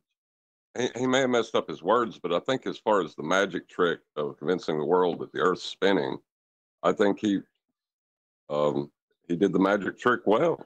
Like nobody at any point in time said the Earth is stationary. Yeah. No, I think he's just so arrogant at this point that he thinks he can say whatever. He can contradict, then say something else, contradict that. He's so arrogant at this point, he knows everybody's just going to buy it. Well, guess what? We ain't buying it. Just a little bit of clarity. Just a little bit of clarity. So, no, it's not a mistake. It's a contradiction within heliocentric rhetoric that we've identified many times before with anti-flat earthers. Well, now it seems that a mainstream priest is in line with the contradiction. Now, is it a mistake? Yep. Definitely not. It's part of the magic trick. Yeah, that's where I conceded to Brian early on. Brian saying, look, this is part of their magic trick. It's part of the heliocentric rhetoric. Within their contradiction of Coriolis effect, they have Earth and atmosphere moving together. It's Globiolus effect. The deflection he describes with the pockets of air. That's Globiolus. Well, okay, I conceded that halfway through because I was wrong. I never expected this. However, he's contradicting his assertions of Coriolis deflection, because if they're moving together, they're not deflecting. So it's a contradiction, but is it intentional? Not in regards to the contradiction. He may not even be aware of the contradiction, because when he's wrapping this up to explain away why we don't fly off Earth, he probably isn't thinking about his football example. Or if he is, it's just a contradiction. But he's absolutely intentional in terms of his motivation for convincing you that we spin with this explainer video. So it's not a mistake. Yep. Well, Nathan, it depends, because if the football was traveling north-south or south-north, then his calculation within his contradictory stance, his calculation may hold, if you understand. Now, he's still claiming a deviation, but if the football pitch or whatever, that field goal by Tom Brady was north to south or south to north, then maybe his calculations would actually fit within his rhetoric. I'm just saying. No, on the contrary. No, any deflection is deflection. Any deflection is separate reference frames. If it's deflecting, it's not attached. In his description in this video, he described Earth and atmosphere being as one, so that you wouldn't notice any effect. So those two things are in stark contrast with one another. It's not that you can say, well... Yeah, I'm not disagreeing with that. Okay. I'm not, sorry, Adam. Just wait 1 second, Adam. Okay, go along one by. My point is that I was trying to say to you, Nathan, don't go stating that he said this about the football because and he's contradicting this other thing. Yes, he is contradicting. It is contradictory to say that there's air pockets deviating north to south and south to north, and then claim that Earth and atmosphere rotate together. That's all a contradiction. But his football example may have been a north-south or south-north example, is my point.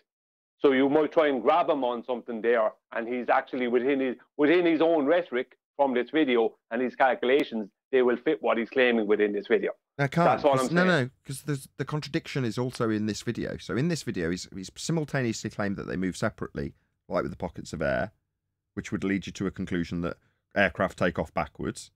Well, either way, you've got separate reference frames because there's going to be a deflection of sorts, therefore 2 reference frames.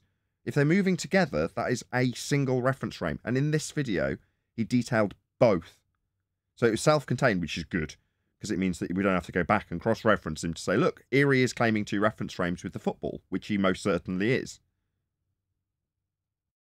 Yeah, I'm not arguing against that. I know he's contradicting himself within the video. I'm only trying to stop you from pointing out something to do with the football and some smart ass coming back with some calculations to state that he's not contradicting what he says in this video, even though he's contradicting himself in the video. Oh, I see what you're saying. No, I get that. No, that's fine, because that's the trap. No, I hope they do. No, look how his calculation works out, north-south, right? The differential globiolis, I think, is the explanation now for the goal and this. So I just heard that as a perfect clarifier. He's fully on board with this differential difference, planes taking off at 400 miles an hour backwards, and that's fine. The bit you hang him to is what's doing this, because it's the same as the anti-flat earthers. What is it? Retention of tangential speed, angular momentum, perhaps? That's what I'd like to hear him say, how this cloud manages to maintain moving at 1,000 miles an hour and creates. Why is it maintaining that 1,000 miles an hour? That's the question. That's the bit they want you to look past, and it's why is that he's committed himself to now. Why is unbonded gas bonded to an assumed to be turning frame of reference to give you no effect to observe other than a differential I claim when there's no effect because they're moving together? And why does it retain that, like say, bastardized word, angular momentum, retention of linear speed, whatever they're claiming it's doing, which we've showed? Why would gas maintain that? How does gas maintain going north at 1,000 miles an hour east, to keep its relative position other than it's traveling north the same? That's just beyond ridiculous to suggest the gas pocket would do that. With that, I'm going to say another huge, massive, enormous thank you to both Discord and G+ panels for making today's after show possible. And of course, a massive thank you to all of you in either Nathan Oakley 1980 or Nathan Oakley premiering streams for hopefully smashing the super chat, liking, commenting, sharing, subscribing, joining as a Nathan Oakley 1980 channel member, and all that good stuff. I've been Nathan Oakley, and I will see you all in the next video.